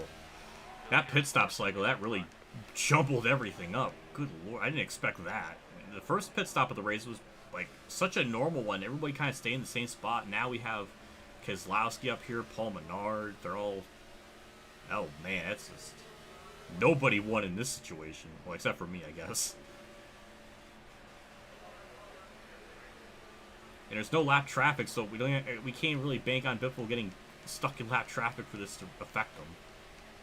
And we're basically past halfway, so yeah, we have half the race still to try to gain 4 seconds. So that's gonna be fun.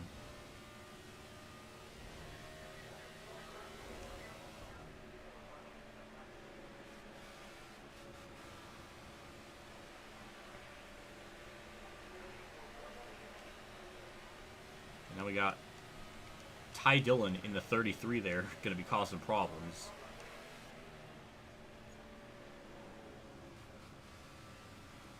It's going to give me like arrow push and stuff, so that's not going to really make matters any better.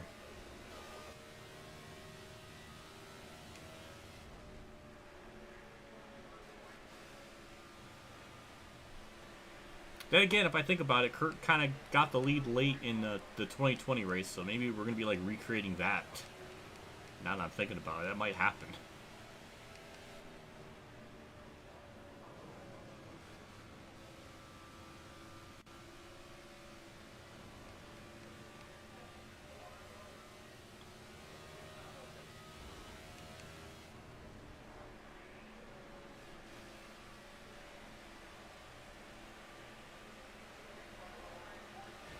Ty Dillon. Leave it to Ty Dillon to be in the way.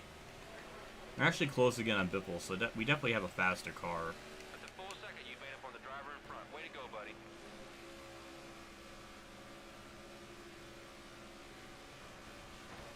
Why? Right Leave it to him to do something stupid on track, just racing me. Ugh, God, just annoying. So now we're gonna be in this draft that's gonna like just mess the car up. Ugh, it's just annoying.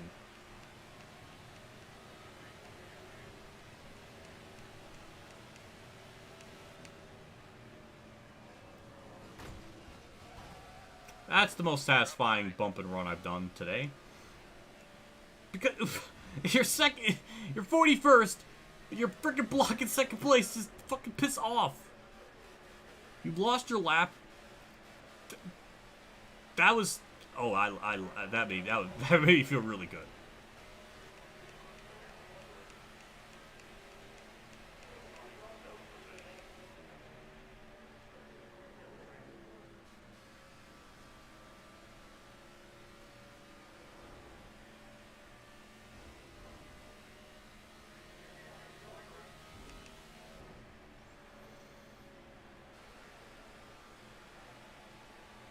So now we'll see if we can run him down. We definitely closed the gap. It was about 4.3 seconds maybe, so we definitely closed in a good bit. Keselowski is shockingly, well, I guess not shockingly, because he was the last person to pit, but he is starting to close in on me, so... Well, not anymore. He was. Ugh, car.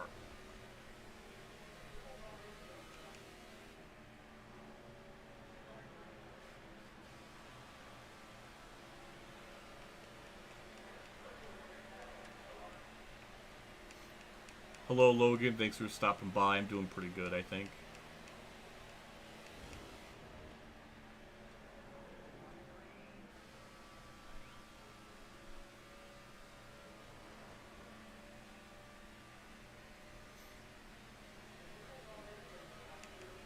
So yeah, Biffle's not going to be really dealing with any lap traffic now, so it's gonna make this a lot tougher. It's all going to come down to just racecraft and skill. Which I don't know if I have all that entirely in this game. We've only had one yellow, and that was really because of me, so... This race would have gone caution-free had I not wrecked. Like a jackass down pit road. Dale Jr., I cucked him out of the race lead, so I don't know where he's running now. He was running fourth before the cycles, so he lost a lot of time, so I don't know where he's running now, but...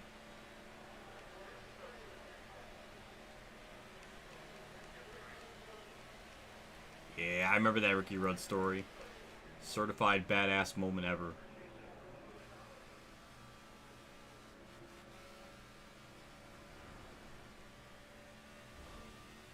Here's a wild thing to think about. Could Chase Elliott race with a broken leg? It's his left leg, which I think he could get away with. You don't have to. I don't think there's a clutch anymore for the Gen 7 cars. It just the sticks, so. He really doesn't need his left foot. You could use your right foot for the gas and brakes, so... You could probably get away with it. Now, I don't know the logistics of it. And I don't know his condition. Am I saying Chase Elliott is a baby bitch for... No, I'm not. That's fucked up.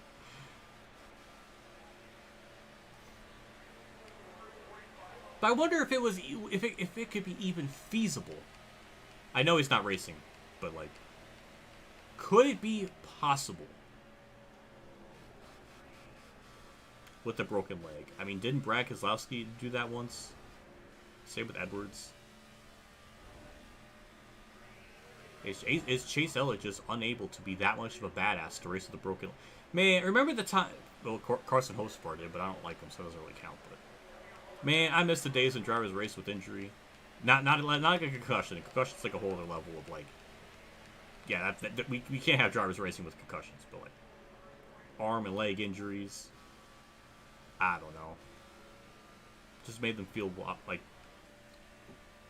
bowlers do. And yes, I'm gonna compare race car drivers to bowlers. No, I'm not. But like in bowling, there's instances where people are bowling, but they're like, you know, they have like an injured leg or their finger is like. Not broken, but like fractured. They bowl under kind of... Bowling is low-key kind of freaking amazing. Bowling is low-key kind of amazing. I will defend bowling beyond belief. It is very fun to watch those.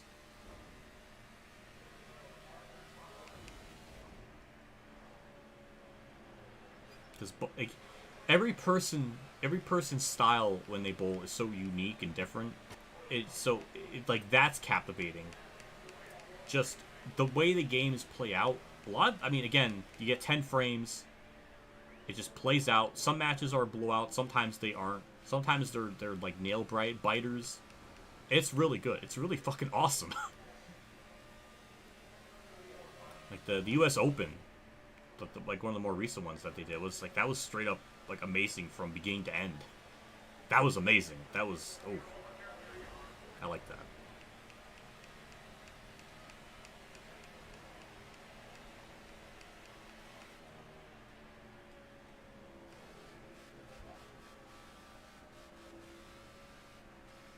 Well, the good news is we're closing in on Biffle.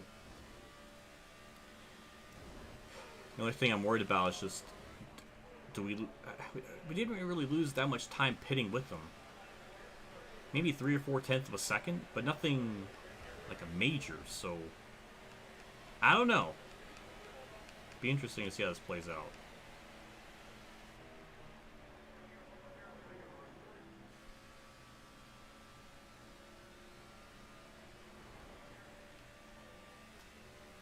Because definitely Biffle is not the fastest car on track. We're actually able to reel him in. Now, this was Dale Jr. I would basically consider it a loss already because he was the fastest car on track, and it was really hard to even gain on him. So yeah, Biffle's not that level of God tier.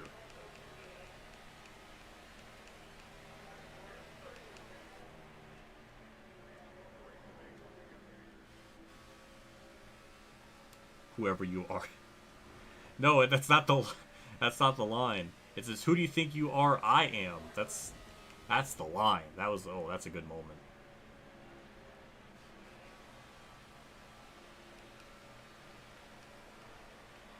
Stiff for Biff. Hell yeah. If that caution ever came out in 2015 at Talladega, he was about to win that race on frickin' fuel mileage, which would have been the perfect cap to his career. He got his first career win at Daytona through fuel mileage, and he was going to get his last career win on a super speedway with fuel mileage. That would have been so poetic to his career. But of course that yellow had to come out, and it was McMurray, and it just ruined everything. So that was a moment in time that can never happen. That was unfortunate. Lance Stroll is a fucking badass then. Hell yeah. Hell yeah.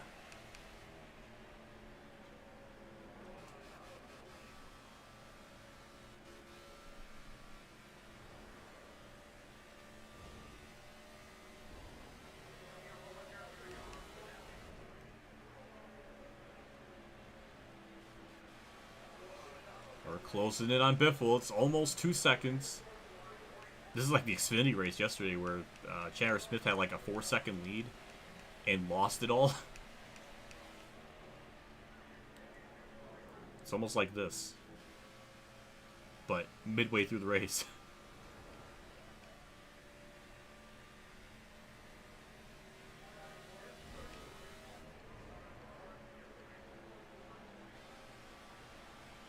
Do it for Robin and Kyoks.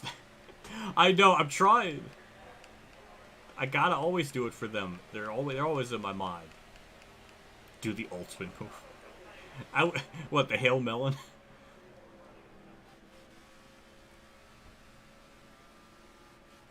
Ugh, I got tight there at the last second, but we're definitely getting there. We're just about a little bit past halfway on fuel, I think.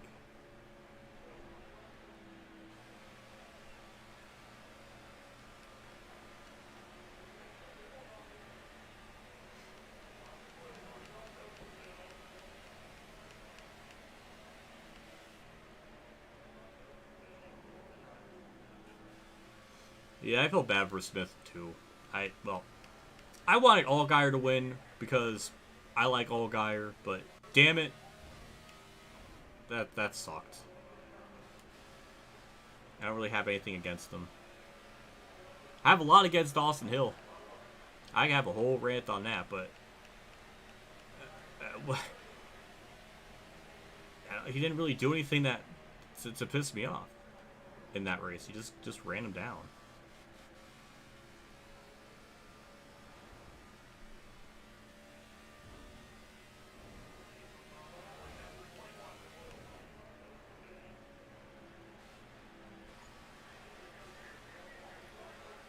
He took a 3-second lead. I think it's just, I don't know what really happened, unless maybe his tires he just burnt them up too much, or wore them out. Some of that, I think, was attributed to just how he was getting around lap traffic. I don't think the broadcast really established that at all. But I'm sure some of that is attributed to just getting around lap traffic and maybe holding them up. Or maybe, like, just getting in their wake and just making the car tight. I don't... And maybe he burnt the tires off more because... I don't know. I don't know what really happened. But yeah, it was nuts.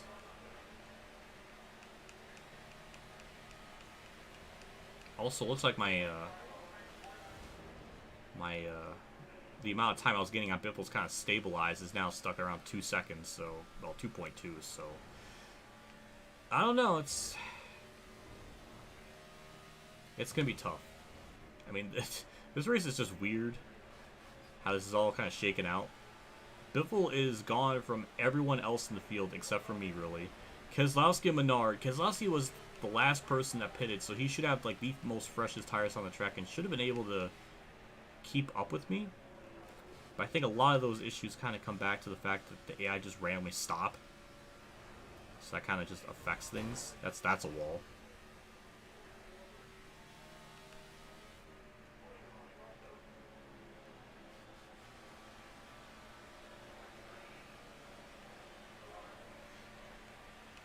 Also, you gotta give Barry some time to get... Yeah, that's true. I don't really even have a whole lot against Josh Berry. It's just a weird decision that they would put him in the car when he has, like, next to no real experience in that car. It's just a weird decision. I don't know. I mean, hey, I'm all for drivers kind of proving me wrong or redeeming themselves. I mean, I hated Kurt Busch for a long time, and, you know, I like him. Kyle Busch to a lesser extent. What if there's a wall there? I know. I know.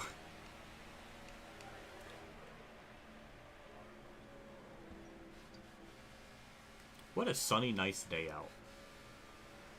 It's affecting my lighting, though. I really need to get, like, different curtains so that, like, the light's a little more distributed, so it's like kind of like a more consistent color. It's probably changing a lot with just the lighting outside.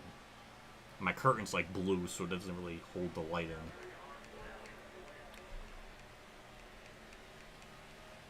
But yeah, we're actually not, just as I was saying, we're not really closing in on. Now we gain like almost half a second, so I must be doing something right. Yeah, we will be hitting here pretty shortly, so we're very close to about 100 laps to go.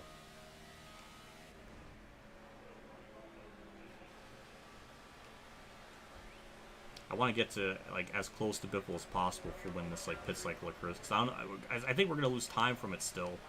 I just don't want to lose as much time.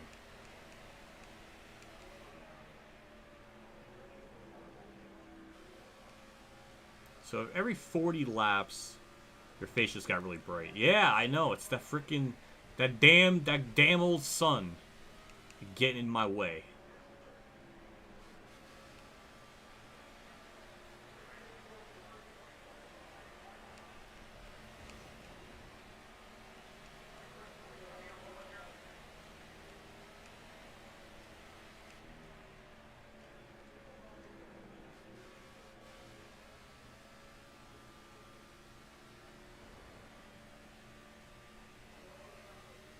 Remember when people want Auto Club gone? Yeah, this is like around 2008 they would have been saying that.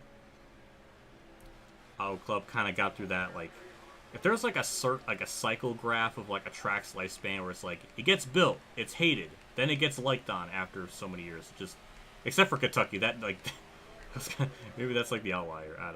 Maybe not. I don't know.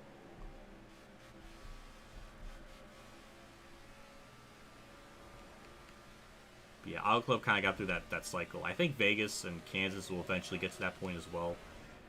I mean, I think they're already kind of there with how good the racing is in Gen 7 cars. It's just going to get even better as the track ages more. Because Vegas was repaved in 2007, so that's about, what, 16 years of that pavement. Kansas was 2012, so about 11. So, yeah, another like 5-6 years, those tracks are going to be like even more amazing than what they are currently. The only other thing that's kind of concerning is there's no new like mile and a half getting at. It's more short track stuff. So unless they fix something with this Gen 7 car that makes short track racing good, which I heard they did, but I don't know if those adjustments will work or not. I guess I'll have to wait and see. But yeah, we'll have to wait. So I think from here, no matter what, it's still going to be a two pit stop race. Even though we pit on lap 170, it'd be like 212 and then like 256 or something. So yeah, it's still going to be a two pit stopper type of race for us. We're closing down a Biffle again, so that's good.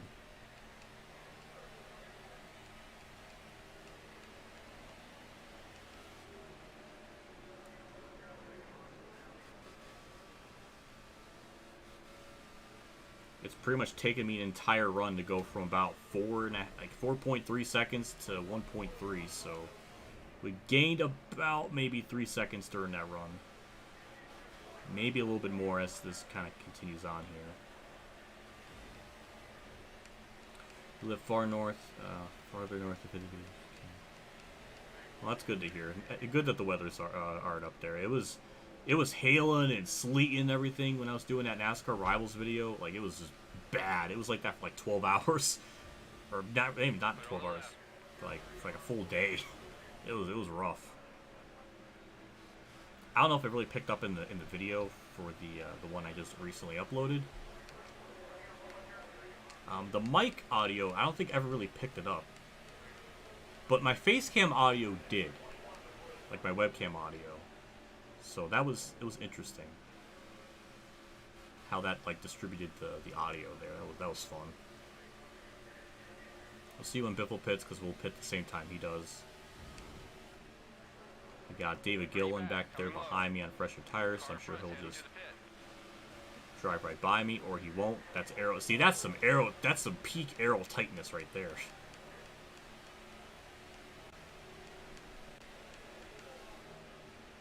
Coming low.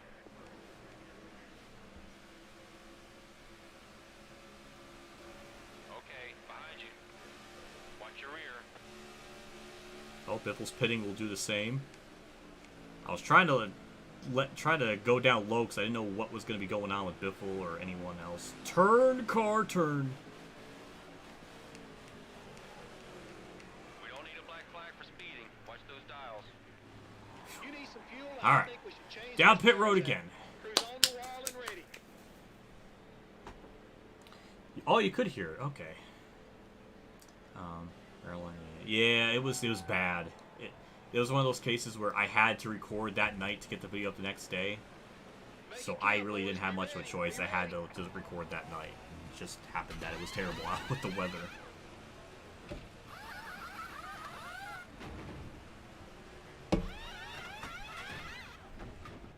Very standard stop. Biffle will beat us out of pit like usual. Oh, no, he won't. Oh, yes, he will. The fastest of the day. Barely. Awesome work, guys. Awesome work. Okay, let's get back in that rhythm. Let's go get these boys.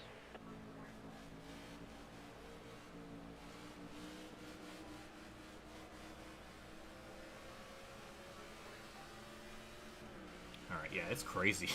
He gains a lot of time on the apron there, but then as he transitions back onto the track, he lost time. But now we're pretty much back to where we're running before. And we're only about a second back, so we'll definitely be able to reel him in here this run. The leader's a second ahead.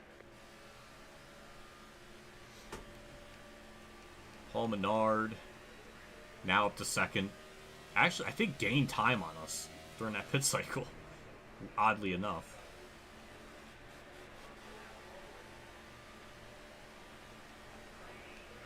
Lost 4th. I don't know if I lost 4/10. I kind of like got it back as he entered the track somehow. It was a weird couple of seconds there, but we're good. Now we're only under a second back. Paul Menard's 3 seconds back. Shockingly gained a lot of time during that pit stop because I think it was like 4.5 or something back. So I don't know if he pitted before me and did like a good undercut. I don't really know, but yeah, he kind of closed in a bit. So now we have an entire green flag run to gain a second, which we should be able to do.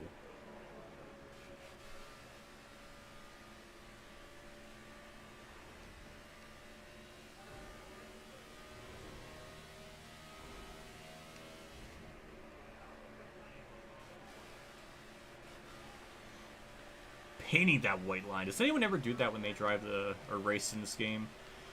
Or really any game when you have a camera like that, when you go through the corner, you just like immediately like turn the car just like sideways just to see how close you're getting to the yellow line, white line, any line.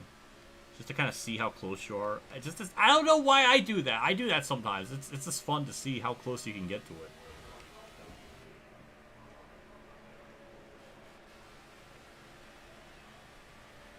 I'm doing it again. It's fun. I don't know why I do that.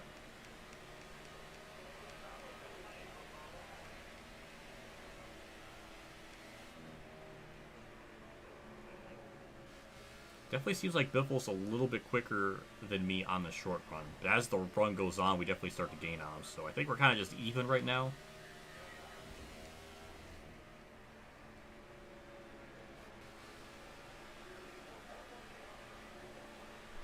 Yeah, this is just a good old-fashioned, battle. Run Biffle down from, like, 3.5 seconds. It's a real-life Xfinity reenactment, just about. I mean, damn near. Almost down to the same number. It is the same number. Was it? Yeah, because Kyle Busch was in the... Oh, my God, it is down to the same number. Oh, my Lord. There was a 21 car won, and they were in the 41. Oh, my Lord. This is... The numerology is just astronomical. I can't even handle this. Paul Menard's back there. He's in a 27 car. It's... Oh, my God. It's just like real life.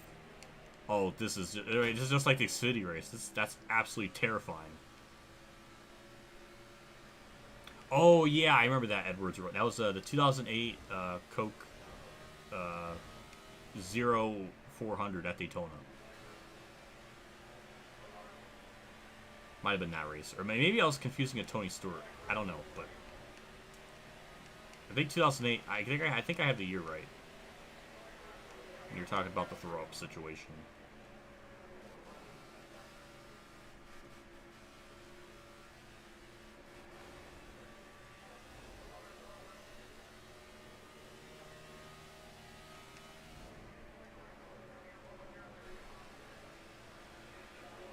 Oh, we're closing in. Oh, it's going to happen. We're definitely going to get the lead in this run.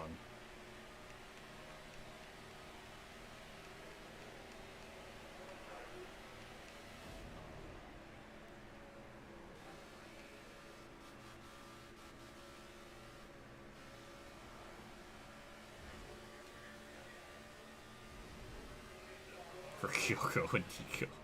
Hell yeah.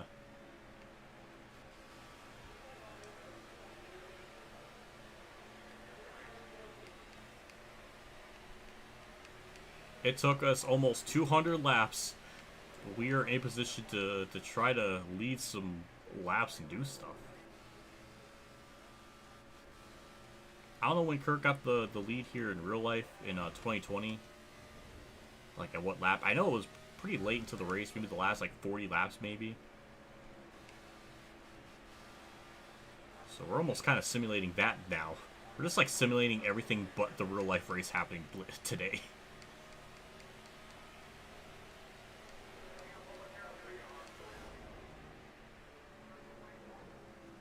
I think the reason why they're holding off on giving Chase the waiver is just, it might be bad PR to do it immediately. They might give it like a week or two and then they'll like do the waiver. I think it'll probably be bad press to do it now. That's my guess. They're just going to be waiting on that. They did the same with Kurt, I think.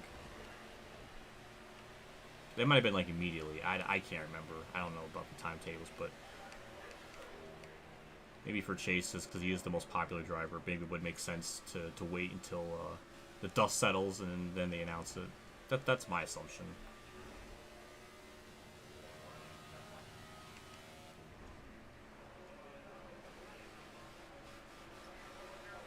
Biddle's not even using the bottom lane anymore.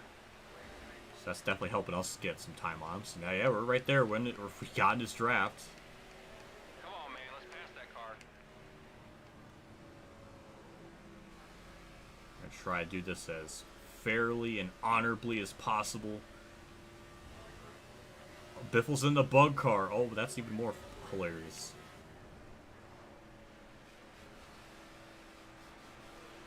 Look at him get size. He's getting size. He's pushing it. He knows. He knows I'm there. We'll cut down low. A little bit of a block. We'll peek to the inside. Get past him. Keep it low. And take it easy in the corner so we can keep it down the bottom. He's actually going to get a really... Ooh, okay. Oof, okay. We're good. Nobody wrecked. It's good old American hard racing. There we go. We'll get a nice round the corner here. He's definitely giving me a fight. That's for damn sure, as he should. Just keep it down low. Car outside. Try to paint that white line, but the car is getting really tight. Damn. All right, we're gonna have to really figure out how we do this. Be like kind of dime in the corner a little bit. Ooh, okay, we're right. That's definitely the closest we've been up to this point, like at the line at least. Keep it low. Keep Man, it what low. a battle! At your door, What a car. battle! Oh, it's getting tight. Ooh, okay, we're good. This is hot. This is hot stuff right here. Armpits in sweat mode. Oh, I hit the freaking thing. Oh, it got tight again. Oh, Biffle checked up. Why? Still up high. The mysterious AI checkup and gives me the lead. Thank you. It was a bit of a boner deflator because that was really epic, and the AI kind of ruined it for themselves with that. But we're in the lead. We're good. Hell yeah! that was an epic battle. That was awesome. Now we can start to pull away here, because I think we're going to probably lose time during the pit cycle no matter what, so... Maybe we will, maybe we won't, I don't know. You're doing great. I mean, since Biffle's behind me, I'm not going to be able to really anticipate when he's going to pit. So he might be able to do an undercut on me, which would really suck. Maybe I'm going to try to build up that lead if I can.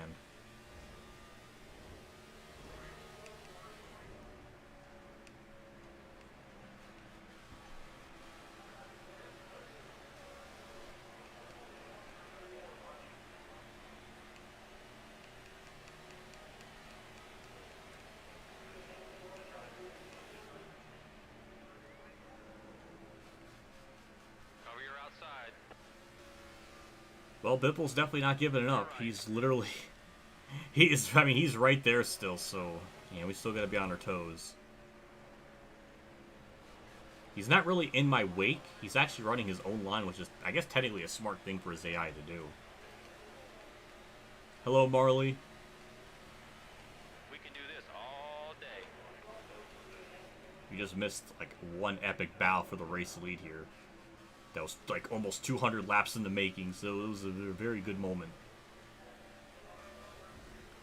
We're finally, finally about to catch lap traffic and not just ones during, like, the green flag pit stops, so...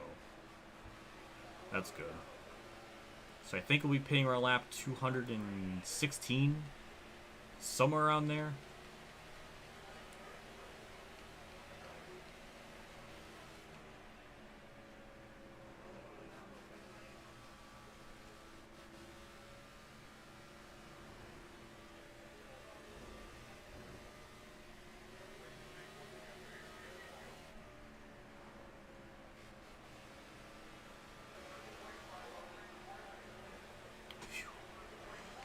Alright, well, that was a hell of a battle. Paul Menard's still in third, so we are having, Digging, buddy. It's not over yet. I mean, almost as close to an Xfinity recreation as possible, except, not really, but, I don't know. Yeah, look at Turquoise Hawk doing the Lord's work right there. Thank you for doing that. I appreciate that. This is why you're a mod. Yeah, give the stream a like. It does really help me out, in terms of just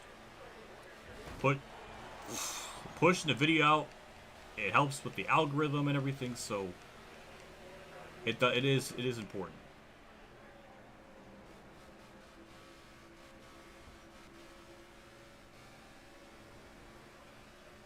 Yeah, thank you, Turquoise, for doing that. I appreciate that. That's a good message. Good promotion. Yeah, we're just It's just, you know, it took us so long to get to this point. It's nice to just relax. I just wish that went green with Dale Jr. because he definitely was the fastest car on the field. And it was going to take almost what felt like the whole race just to run him down. I wish that never. I wish I didn't wreck myself like that. I guess I just really underestimated just how like just slippery that bottom lane is leaving pit road.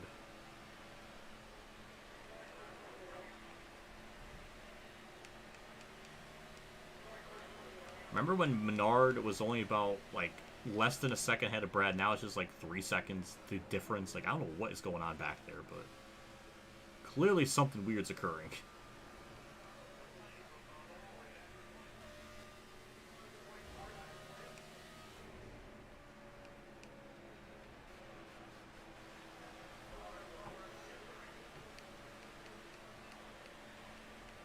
And just like that, we're going to be hitting lap 200, or at least starting lap 200.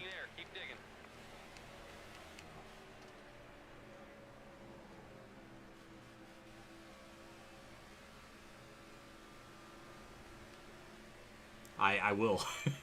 I will definitely win for them, that's for sure. Biffle's actually kind of closing back up on me a little bit. He's definitely not. I'm definitely not getting away from him. So yeah, it's still gonna be careful during pit road stuff. It's gonna be really hard to anticipate when he pits and then to pit with them. Like he's definitely in the position that he can easily undercut me if he can. So I don't know. It's gonna be interesting. I mean, will the undercut help Biffle out a lot to get the lead or what? I don't know. He's definitely in a very good position.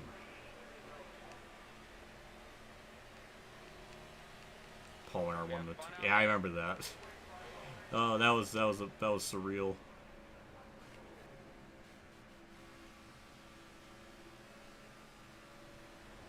That was such a meme win, and he just that might be the most plot twist thing of the Brickyard 400 history ever, if I had to imagine.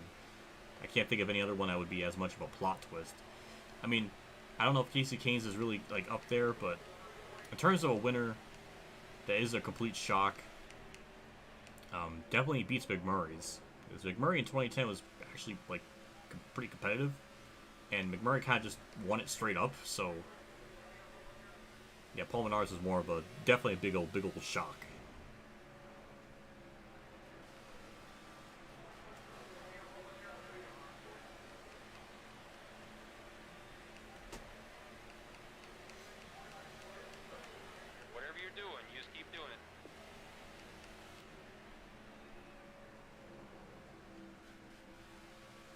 Casey Mears won the Coke 600. Oh my, that I remember that. That one. That whole ending was so bizarre. I mean, the same race Cal Petty got third. Kind of just shows just how much fuel strat was a factor in that. I think Cal Petty led a couple laps too before. He definitely. I think those were his last couple laps led in his career was from that race. I think, unless he got some like random ones in 2008 that I'm not aware of, but. That was good times. Hello, Spencer. Thanks for stopping by. We're about 200 plus laps in. We got the lead from Biffle after like what felt like 200 laps, and he's still kind of there. And we got one more pit stop, so it's not over yet. He could still kind of undercut me and try to pass me, do something. So yeah, it's gonna get interesting.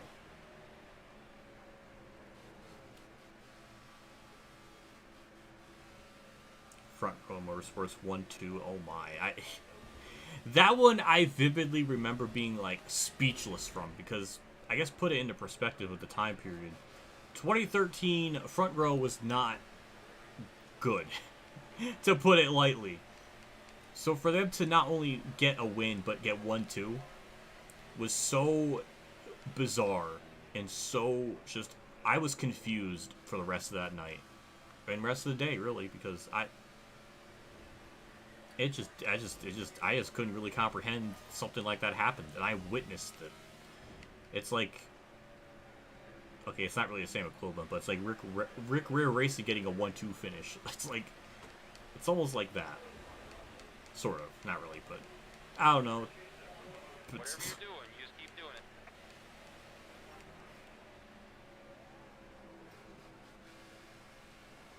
Brian Scott was he was definitely in the oh my, the Cup Series. Oh my, that was a massive word flub on my part.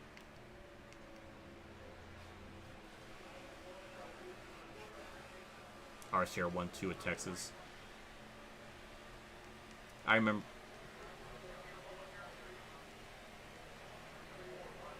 I can't remember when that happened. I must have just like completely disregarded Dylan's wins so much that my brain just doesn't remember anything in those races.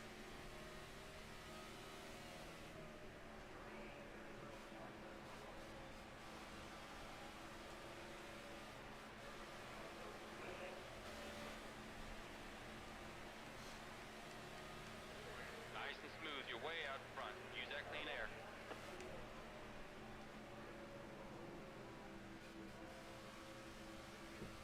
I think AJ, I think you're misremembering something because 2017 Truex was good just about like that's how like the whole like memes that's like how the whole meme started of stage winner MTJ. Like that was the season that started that because he won so much stages. I mean he won like what 8 races that season. I mean he was pretty damn good that whole year.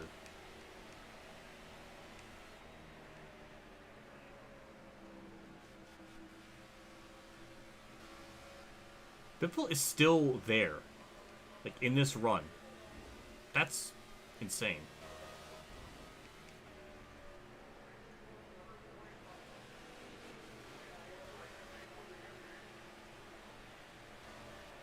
Biffle's just far enough back to the point where he can pit and he'll undercut me because I don't know when he's gonna pit. There's no specific AI line that they take when they pit. They just kind of just turn left, so it's gonna be really hard to figure that out.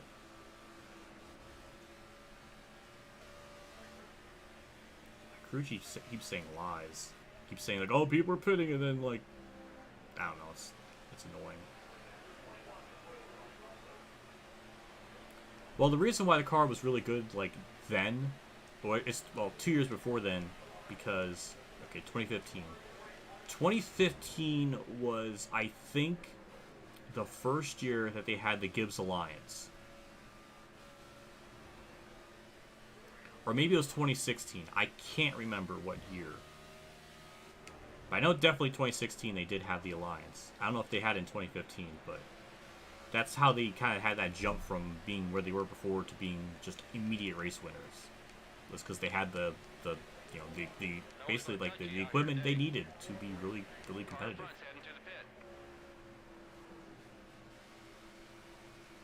Time to hustle. We're going to get past. See what Biffle does here. It's gonna be hard to tell. Clear on the inside. He's actually kind of closing in on me, but I'm not really doing a good job trying to hang on here. Also, obviously, Allgaier's gonna be much faster than me, so I'm not really gonna fight him for it. I'm just gonna let him pass me up here on the high side, let him do what he needs to. High side. Clear high.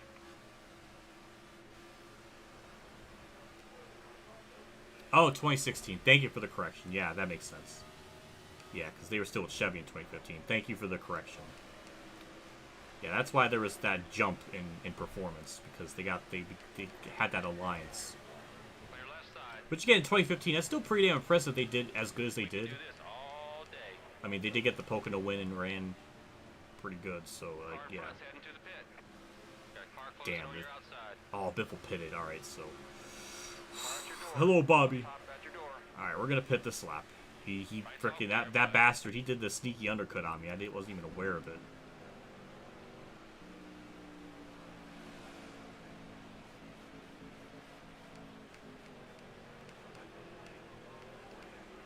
$55. Perfect. We're gonna go 4 tires and fuel. Okay, let's make Sure, this repair work. the damage. That 0.1%. Will be available on Discord? No, I won't be. after this stream ends, I'll probably run and get food, like kind of usual as they do on Sundays. Then I'll be back for watching the race, and then I'll be busy basically like the rest of this day, so I won't be available.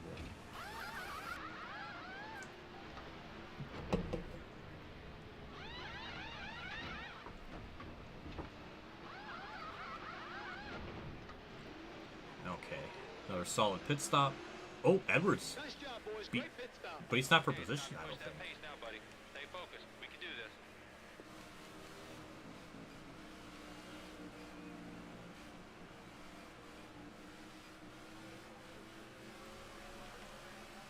Oh, there's Biffle. Damn, he did. Damn, that undercut really did help.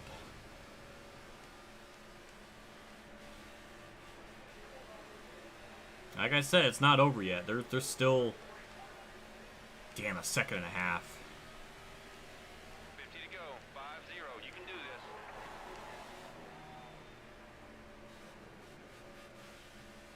It's about 50 to go. Yeah, we'll be pitting with about 10 laps to go.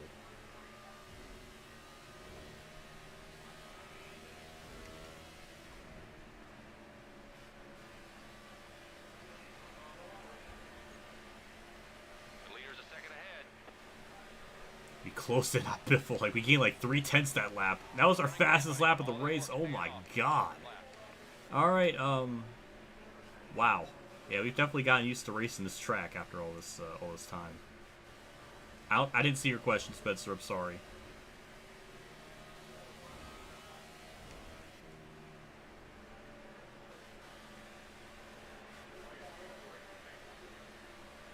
Well, it's yellow in this game because I think he's running the normal, M&M's car, and most of that is, yellow. So that's why the icon's like that. If I had to imagine.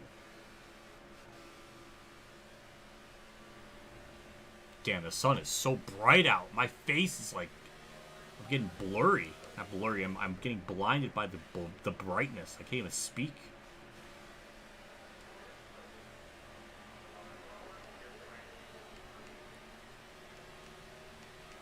Ties in the top 10. Ew. I didn't see that, but that's gross. Vickers is now 4th. Look, how the hell did Paul Bernard 2.5 seconds back? He was like 10 seconds back. How did he gain 8 seconds? What? Why is Paul Bernard just insanely fast lately? How? How did he gain that much time? Surely him undercutting could not have gained him 9 seconds. Is he low-key gonna win this race?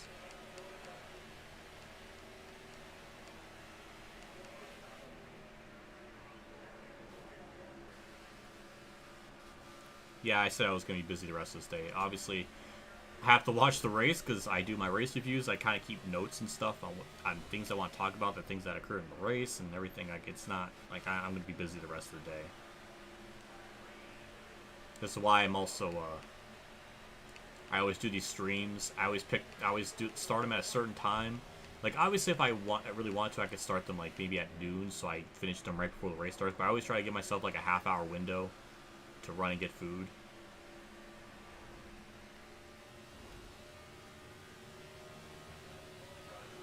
But now we're going to be dealing with lap traffic here. And considering how much time Biffle gained on me just from that, we're going to have at least, during this pit stop sequence, like, at least like 2 seconds to keep the lead. But we're able to run him down, so I think we still should be pretty good.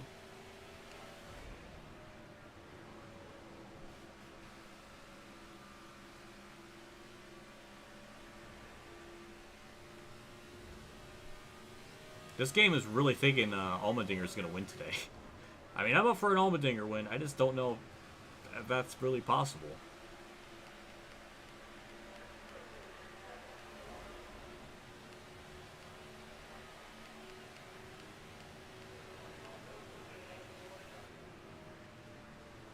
Stay low. Well, we got a battle for a lead now. Lap traffic Right's clear. might play a factor. Edwards is like 39th. Why?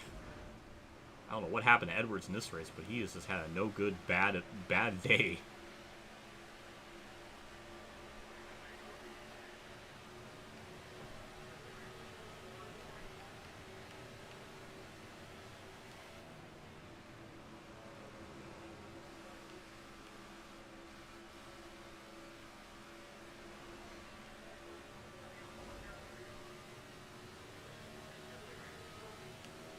let's try the high lane here. Didn't really work. Maybe... Oh, JJ Yaley, gonna hold him up. Thank you. I appreciate it. New leader. Stay down. Run away. Clear up top. We need at least He's still on like you. a 2-second lead before like pit stops occur again. Just as like a buffer. So we need to build this gap up. Why is Edwards 39th? How did that happen?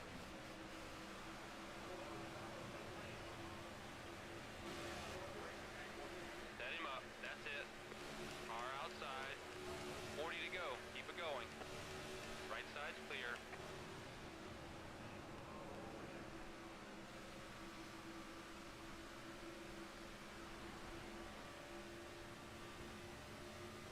Alexander the terrible, horrible, no good, very bad day. Yeah, that's pretty much, that's a very accurate statement there.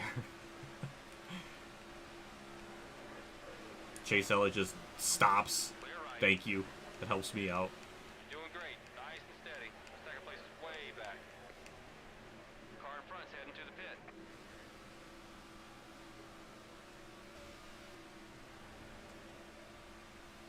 Alright, we're building a gap on Biffle. That's what we need to do. Because in that final stop with about 10 laps to go, we're going to take 4 tires, obviously. The AI usually, I mean, they're not really smart with their pit logic. They always just take 4, no matter what, so... I'll be amazed if they take right side tires, because the AI usually typically doesn't do that. So, yeah, we just need to build up this lead as big as possible, in case anything weird or funky happens. So, yeah. Some people are, I think, short pitting, which probably is a smart thing, but I don't know if that's on purpose or not. Oh, okay, I see your question, Spencer. Thank you for putting that again. Yeah, I remember the 2016 500. That was... You having fun out there? I think I was at work at the time when that race was happening. I remember just being... I thought for a moment Truex won. Obviously, when you're at Roadhouse, you know, this is, you know, there's music going on. You're not really hearing the race or anything, so you're just kind of going by, like, the TV footage. And so it looked like Truex won. But then as they showed the replay, I was like, okay, Hamlin won. I was like, God damn. First, I had to deal with Mark Martin losing the 500 in, like, that exact fashion. And then it happened again to Truex. And it was just very, very sad.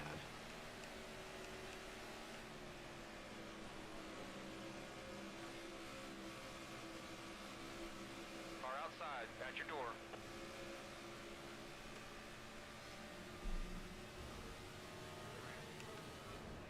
Hell yeah, I remember the 2017 500. I mean, it was a shit show of a race, but boy, God Almighty, Kurt won it. That definitely made up for some of it. That was a good. I was happy for that. It's not over yet. Car at your door. That's like the one race like win diecast car I want to get of Kurt's is of this 500 win. It's so expensive though. It's like $250. Like it. Front's heading to the pit. I think I remember before the Pocono crash. It was like 150. Like everything in Kurt merch went up so much since the Pocono crash. Clear right side. Market value on his stuff just went up like ridiculous. So I don't know if I'll ever get that, or maybe I'll have to like strive for it. I don't know. I don't know. It's just, that's like the one. There's few diecasts I really want. That Kansas win, which is probably gonna be his last career win. And then the 500 car. Those are like the 2 big ones on my pocketbook. I already ordered the Kansas race win car. And then that 500 is maybe like the last like diecast one I would really want. So that's, I don't know how I'm gonna go about that. Way back. Unless the market value price drops on it. But 200 is just so fucking like I thought 120 something for like those cars are a lot, but at least you're getting like premium quality. That's like really like maybe like the only thing from Lionel that's worth it is the race win cars, because they actually put in some like good quality and effort into them. Those smaller ones, those 164th ones, I've seen some horrible things about those things. It's just, Also, oh my hot damn, we pulled away to 5. When did we pull away 5 seconds on Biffle? I mean, that's really good. That helps us out. When I guess lap traffic is really, really affecting them.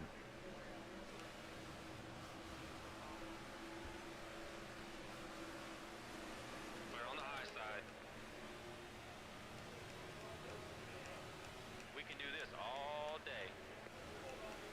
Last week with the 6-year anniversary. Oh, I know. It's so long ago. That 2017 500 was on your birthday? Oh, that's sick. Oh, that's amazing. I'll never have a birthday or a race day on my birthday because my birthday's on the 9th, so that'll never happen. Unless it's some like 30 to go. I don't think it's ever 3-0. happened. Not that I've been alive for.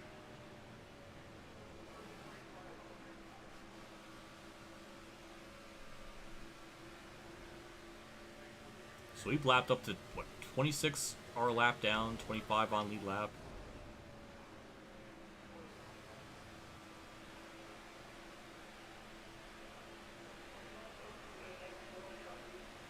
It's so bright in my room. Oh my lord. Nice and smooth. Your way out. Ugh. Use that clean My air. shoulders are getting tense. My back is achy. Not really achy. See, if I just play like, if I was just like this, you know, this would solve so much problems. But I can't help it. I get too intense.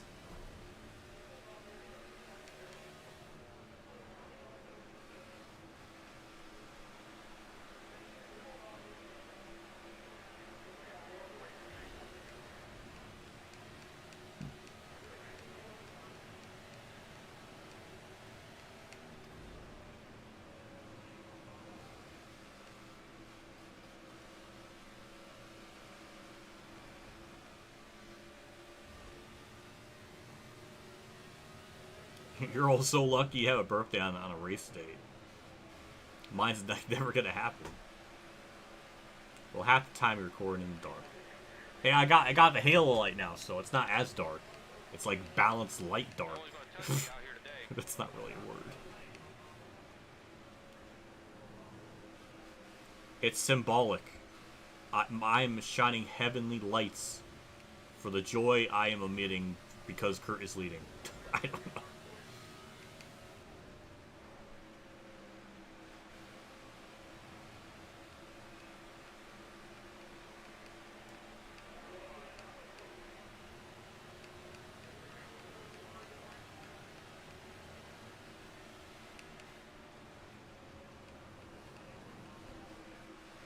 I feel like I'm losing my mind. I don't know if the game is like... It feels like the frames are dipping. Like it's not at a smooth 60 frames anymore. I think might be it's like 50. I don't. I feel like a faint stuttering, and I don't know why. Any cautions? There was one yellow around lap 78, so it was during like the second cycle of green flag stops, and that was because of my fault. Since then, it's been free. Or it's been caution free since. Underneath. Can't talk. Stay high. We're on the low side. We have one more stop to do, and it's going to be with about 10 to 12 laps to go. And the only thing I'm worried about is if the AI are going to take right side tires or not. So, I mean, I really wanted to have a big lead because I know he was going to probably undercut me getting into pit road and gain time on me that way, but I don't know if they're going to take rights or not, so we might lose time from it. But I think a 6-second lead, I think we have a big enough cushion. Car in front's heading to the pit. I think Allgaier's on fresher tires, so I'm not going to race him for it. Inside. Yeah, he's 30th. Okay, let's use that clean air. Keep digging. Inside's clear. Looking outside. You're good low. High side's clear. Car on your rear.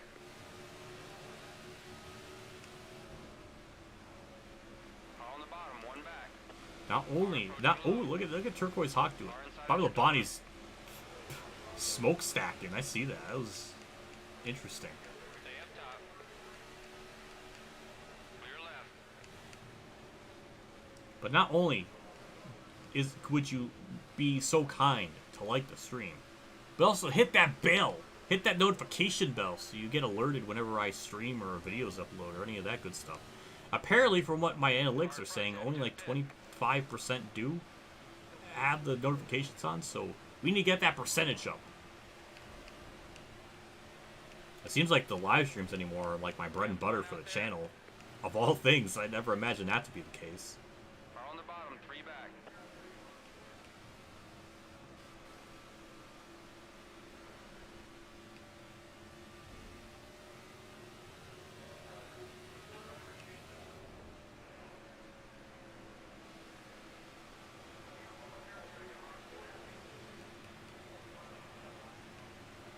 We're going to put Kyle Larson lap down, so that's going to be about 17 on the lead lap.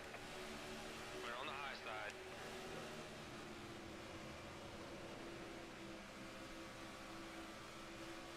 One back, coming high. Oh, Larson, don't make that... I thought he was going to try to squeeze up on the high side there. That was going to end badly for every party involved. Cleared out low.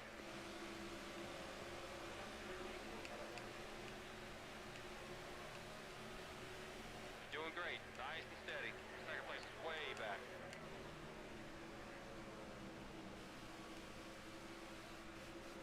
Car 3 back. Good God, this IndyCar race sounds like everything's going wrong. Clear. So much shit's happening.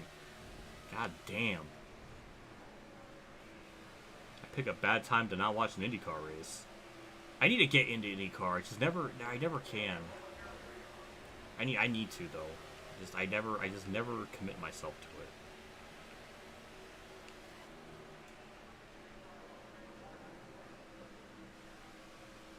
Do you listen to Pantera? No, I don't. I wish I had a bigger like music like variety. It's pretty limited. It's really like 3 main bands and then a lot of other like random stuff. It's really like Michael Jackson, Queen, and System of a Down, which I'm actually wearing a System of a Down t-shirt. Yeah. And then there's a lot of other stuff where there's just like random like one-off songs from bands that I listen to. And I mean like one-offs. I mean I listen to one song from like a particular band. That's what my language I'm trying to say. Though I'm terrible with my wording, so I don't want it to make it seem like they're like one-hit wonders or anything. That's not how I'm trying to interpolate it as. Been obviously listening to a lot of Stairway to Heaven, Freebird. I mean, my World of Outlaws Dirt Racing title is basically that, just 2 songs merged together. Clear right side. Toxicity, oh god. All of their albums are really good. Like, all of them are really, really good. That's a whole other thing with how they, the disputes on, like, the new album and, like, the direction they want to go in, they've been, like, at a stalemate for, like, 20 years. And it's so sad. Not over yet. Because apparently the drummer came out and said, like, you know, that, you know, he wants more music to come out. And he was saying, like, the stuff that they do have would, knock the socks off all this modern stuff, apparently. Like, he said it would, like, he said, like, a quote that gave me chills. He was just saying, like, when you listen to, like, if this new music that we have, it'll make you, it was something like, it'll make you remember or, like, realize why we're so badass to begin with. And it was like, ooh, I like that. I botched the phrasing of that, but Genocidal Humanoids has that same feel of system that they've always had, and it's just like, oh my god, it was so fucking good. I want more. I want more so badly. It's just so sad that we've just been waiting 20 years almost because of just, I don't know, just disputes, and no one can figure out what direction things can go in. But big props to the drummer to come out to say all that stuff. And say, I don't know, just come out and address a lot of these things, because it definitely puts things into perspective, so. Yeah, it was really cool to hear that interview and everything. So we'll be pitting here pretty shortly. Biffle's gonna be pitting as well at some point.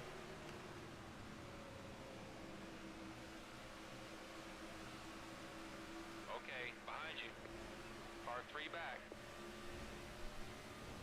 Kenseth is now 4th. Hello.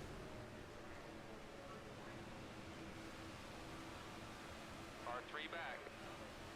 And you're I'm clear. gonna probably pit this time by. Just, I don't know if Biffle's pitting or not, but We having fun out there?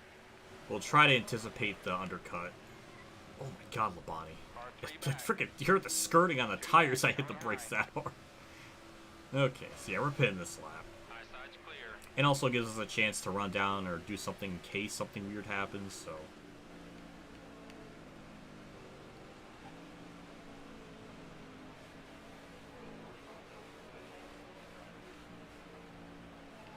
Watch your speed. Let's not give NASCAR a reason to black flag us.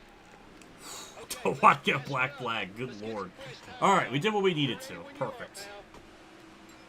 4-tire stop, last pit stop of the day. Don't even have to repair damage. The car is in pristine condition. My hand hurts. Ow.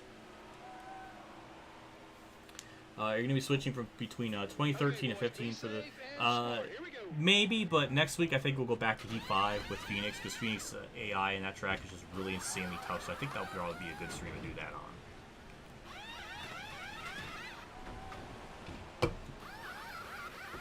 So out in the way, solid pit stop. We wait for everybody else to go down pit road, which Biffle is actually pitting, so that worked out perfectly. We're still one of the fastest cars out there. Keep hitting your mark. Stay on the bottom.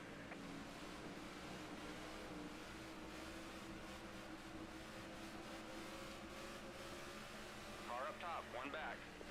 Car high. And now we'll just see where we cycle out after all this. Paul Bernard has been weirdly fast during pit stops, and I don't understand why. He keeps gaining, like, multiple seconds. Dale Jr.'s in the lead, so that's interesting. That's the first time I've seen him up at the front since, like, lap 78. 9 to go.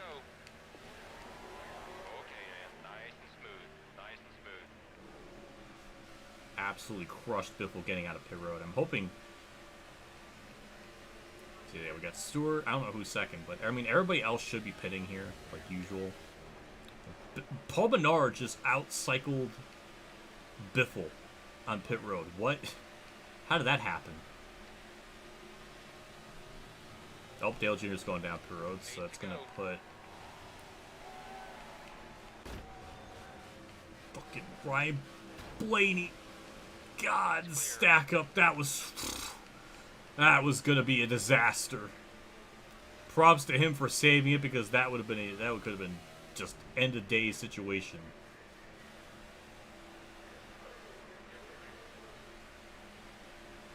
And with that, we're going to cycle back out and lead. Paul Menard 7 to go. has a 5-second lead on Greg Biffle. How?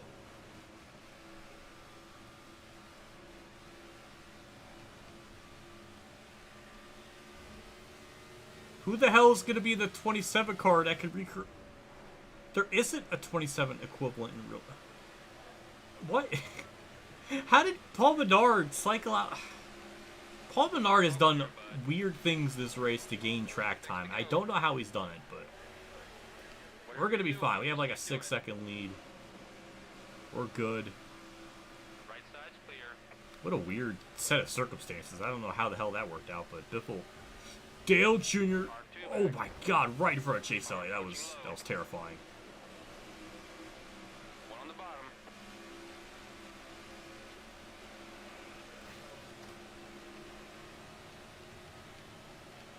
5 to go. 27 equals 17.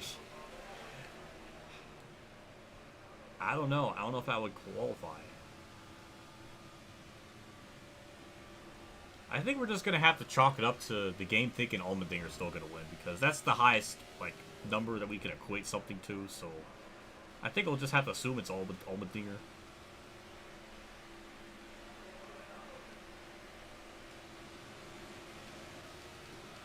right side.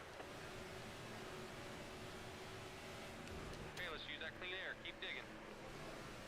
Also, something else to note is with High TV being able to get the source code for this game, we could see a lot of stuff being done with this game. Like, we could potentially get, like, 2023 car, like, mods, not, like, the bodies, but, like, maybe, like, the paint schemes into this game for, like, PC. So this can make the simulation stuff like a lot more Ready accurate. to go. It's possible. Now that he has like the game files and source code, like there's a lot of stuff that can be done. The possibilities are truly endless.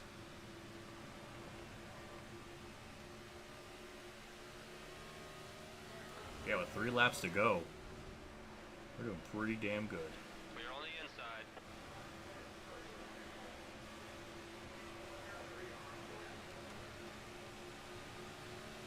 Gonna put more cars a lap down, make sure we don't do anything stupid. Nice and smooth. You're way out in front. Use that clean air. Car up top. Alright, we got one more lap around here. Stay low. Dale Jr., I don't know what he was trying to do. Trying to make a pass on Jeff Burton there. I don't know, it was just weird, but... Alright. And with that, it is white flag time here at Vegas. We got a comfortable lead. We're good. Don't hit Dale Jr.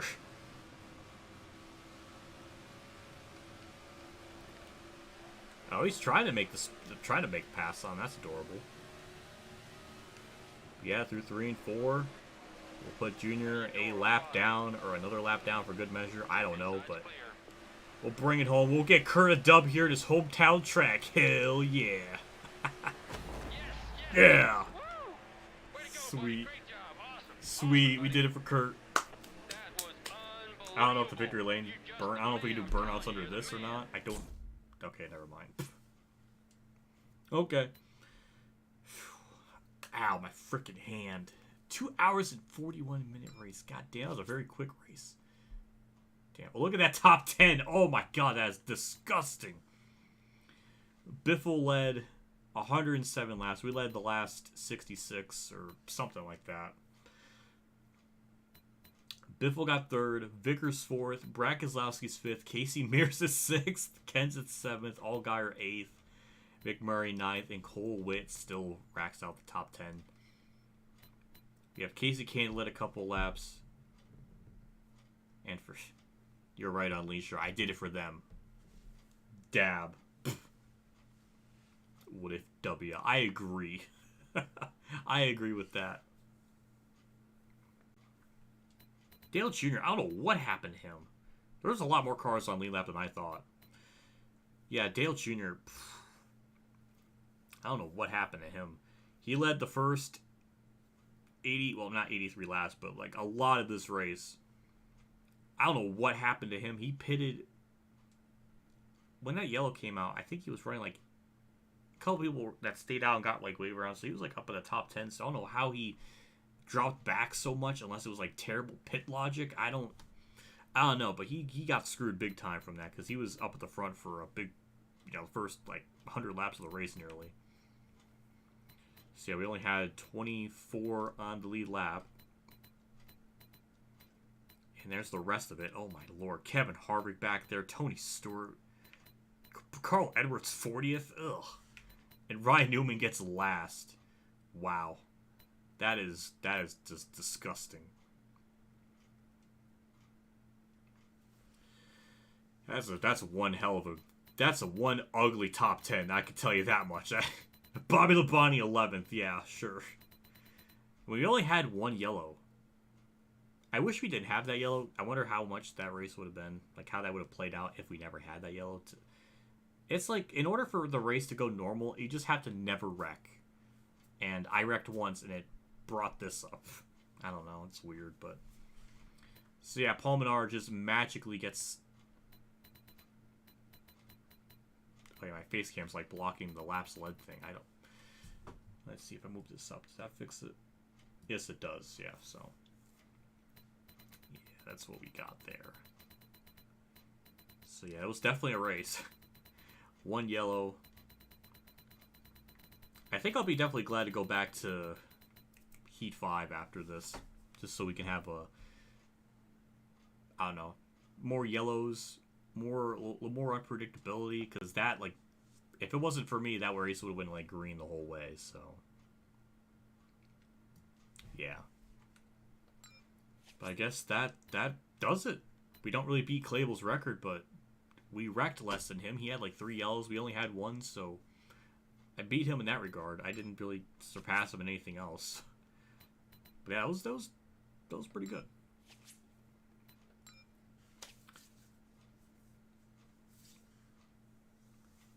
How long is Talladega? 2.66 miles. Yep. Yeah, I got one answer right. I guess I never do these in this game. And we're back to the main menu, so that about does it. I'm always happy to get a Kurt dub. So, and I see we have 45 watchers, right? The timing of that's too perfect. So yeah, I guess that kind of wraps things up. So go to full face cam here as before we log out here for today. But yeah, good stream. Really appreciate everybody tuning in like always. It's always really appreciated. It's always really nice to see that many people tune in for a stream that's like around noon or even earlier if you're on the East Coast. So I appreciate it. Thank you to people that did super chat stuff throughout the stream. We see Drew Ryder Smith with the 10, BC Whistle with the membership. I saw at one point. BC Whistle did the 5, and then Drew Ryder Smith with the 10, BC Whistle again with another 2. So thank you as always. I appreciate that. It's really it helps me out a ton, more than I could articulate. So thank you as always. So. I guess with all that said, we'll just wrap things up, call it a stream. Hopefully the Sunday, or this race goes well, which I'm assuming it will. So, that's what I'm expecting. So, yeah, take care. There'll be more videos throughout the week like usual. Race review, Sunday night, Monday morning, whatever I decide. More heat. Fuck that heat. More rivals. I'm thinking rivals is like a heat game. More NASCAR rivals, more World of Outlaws, so...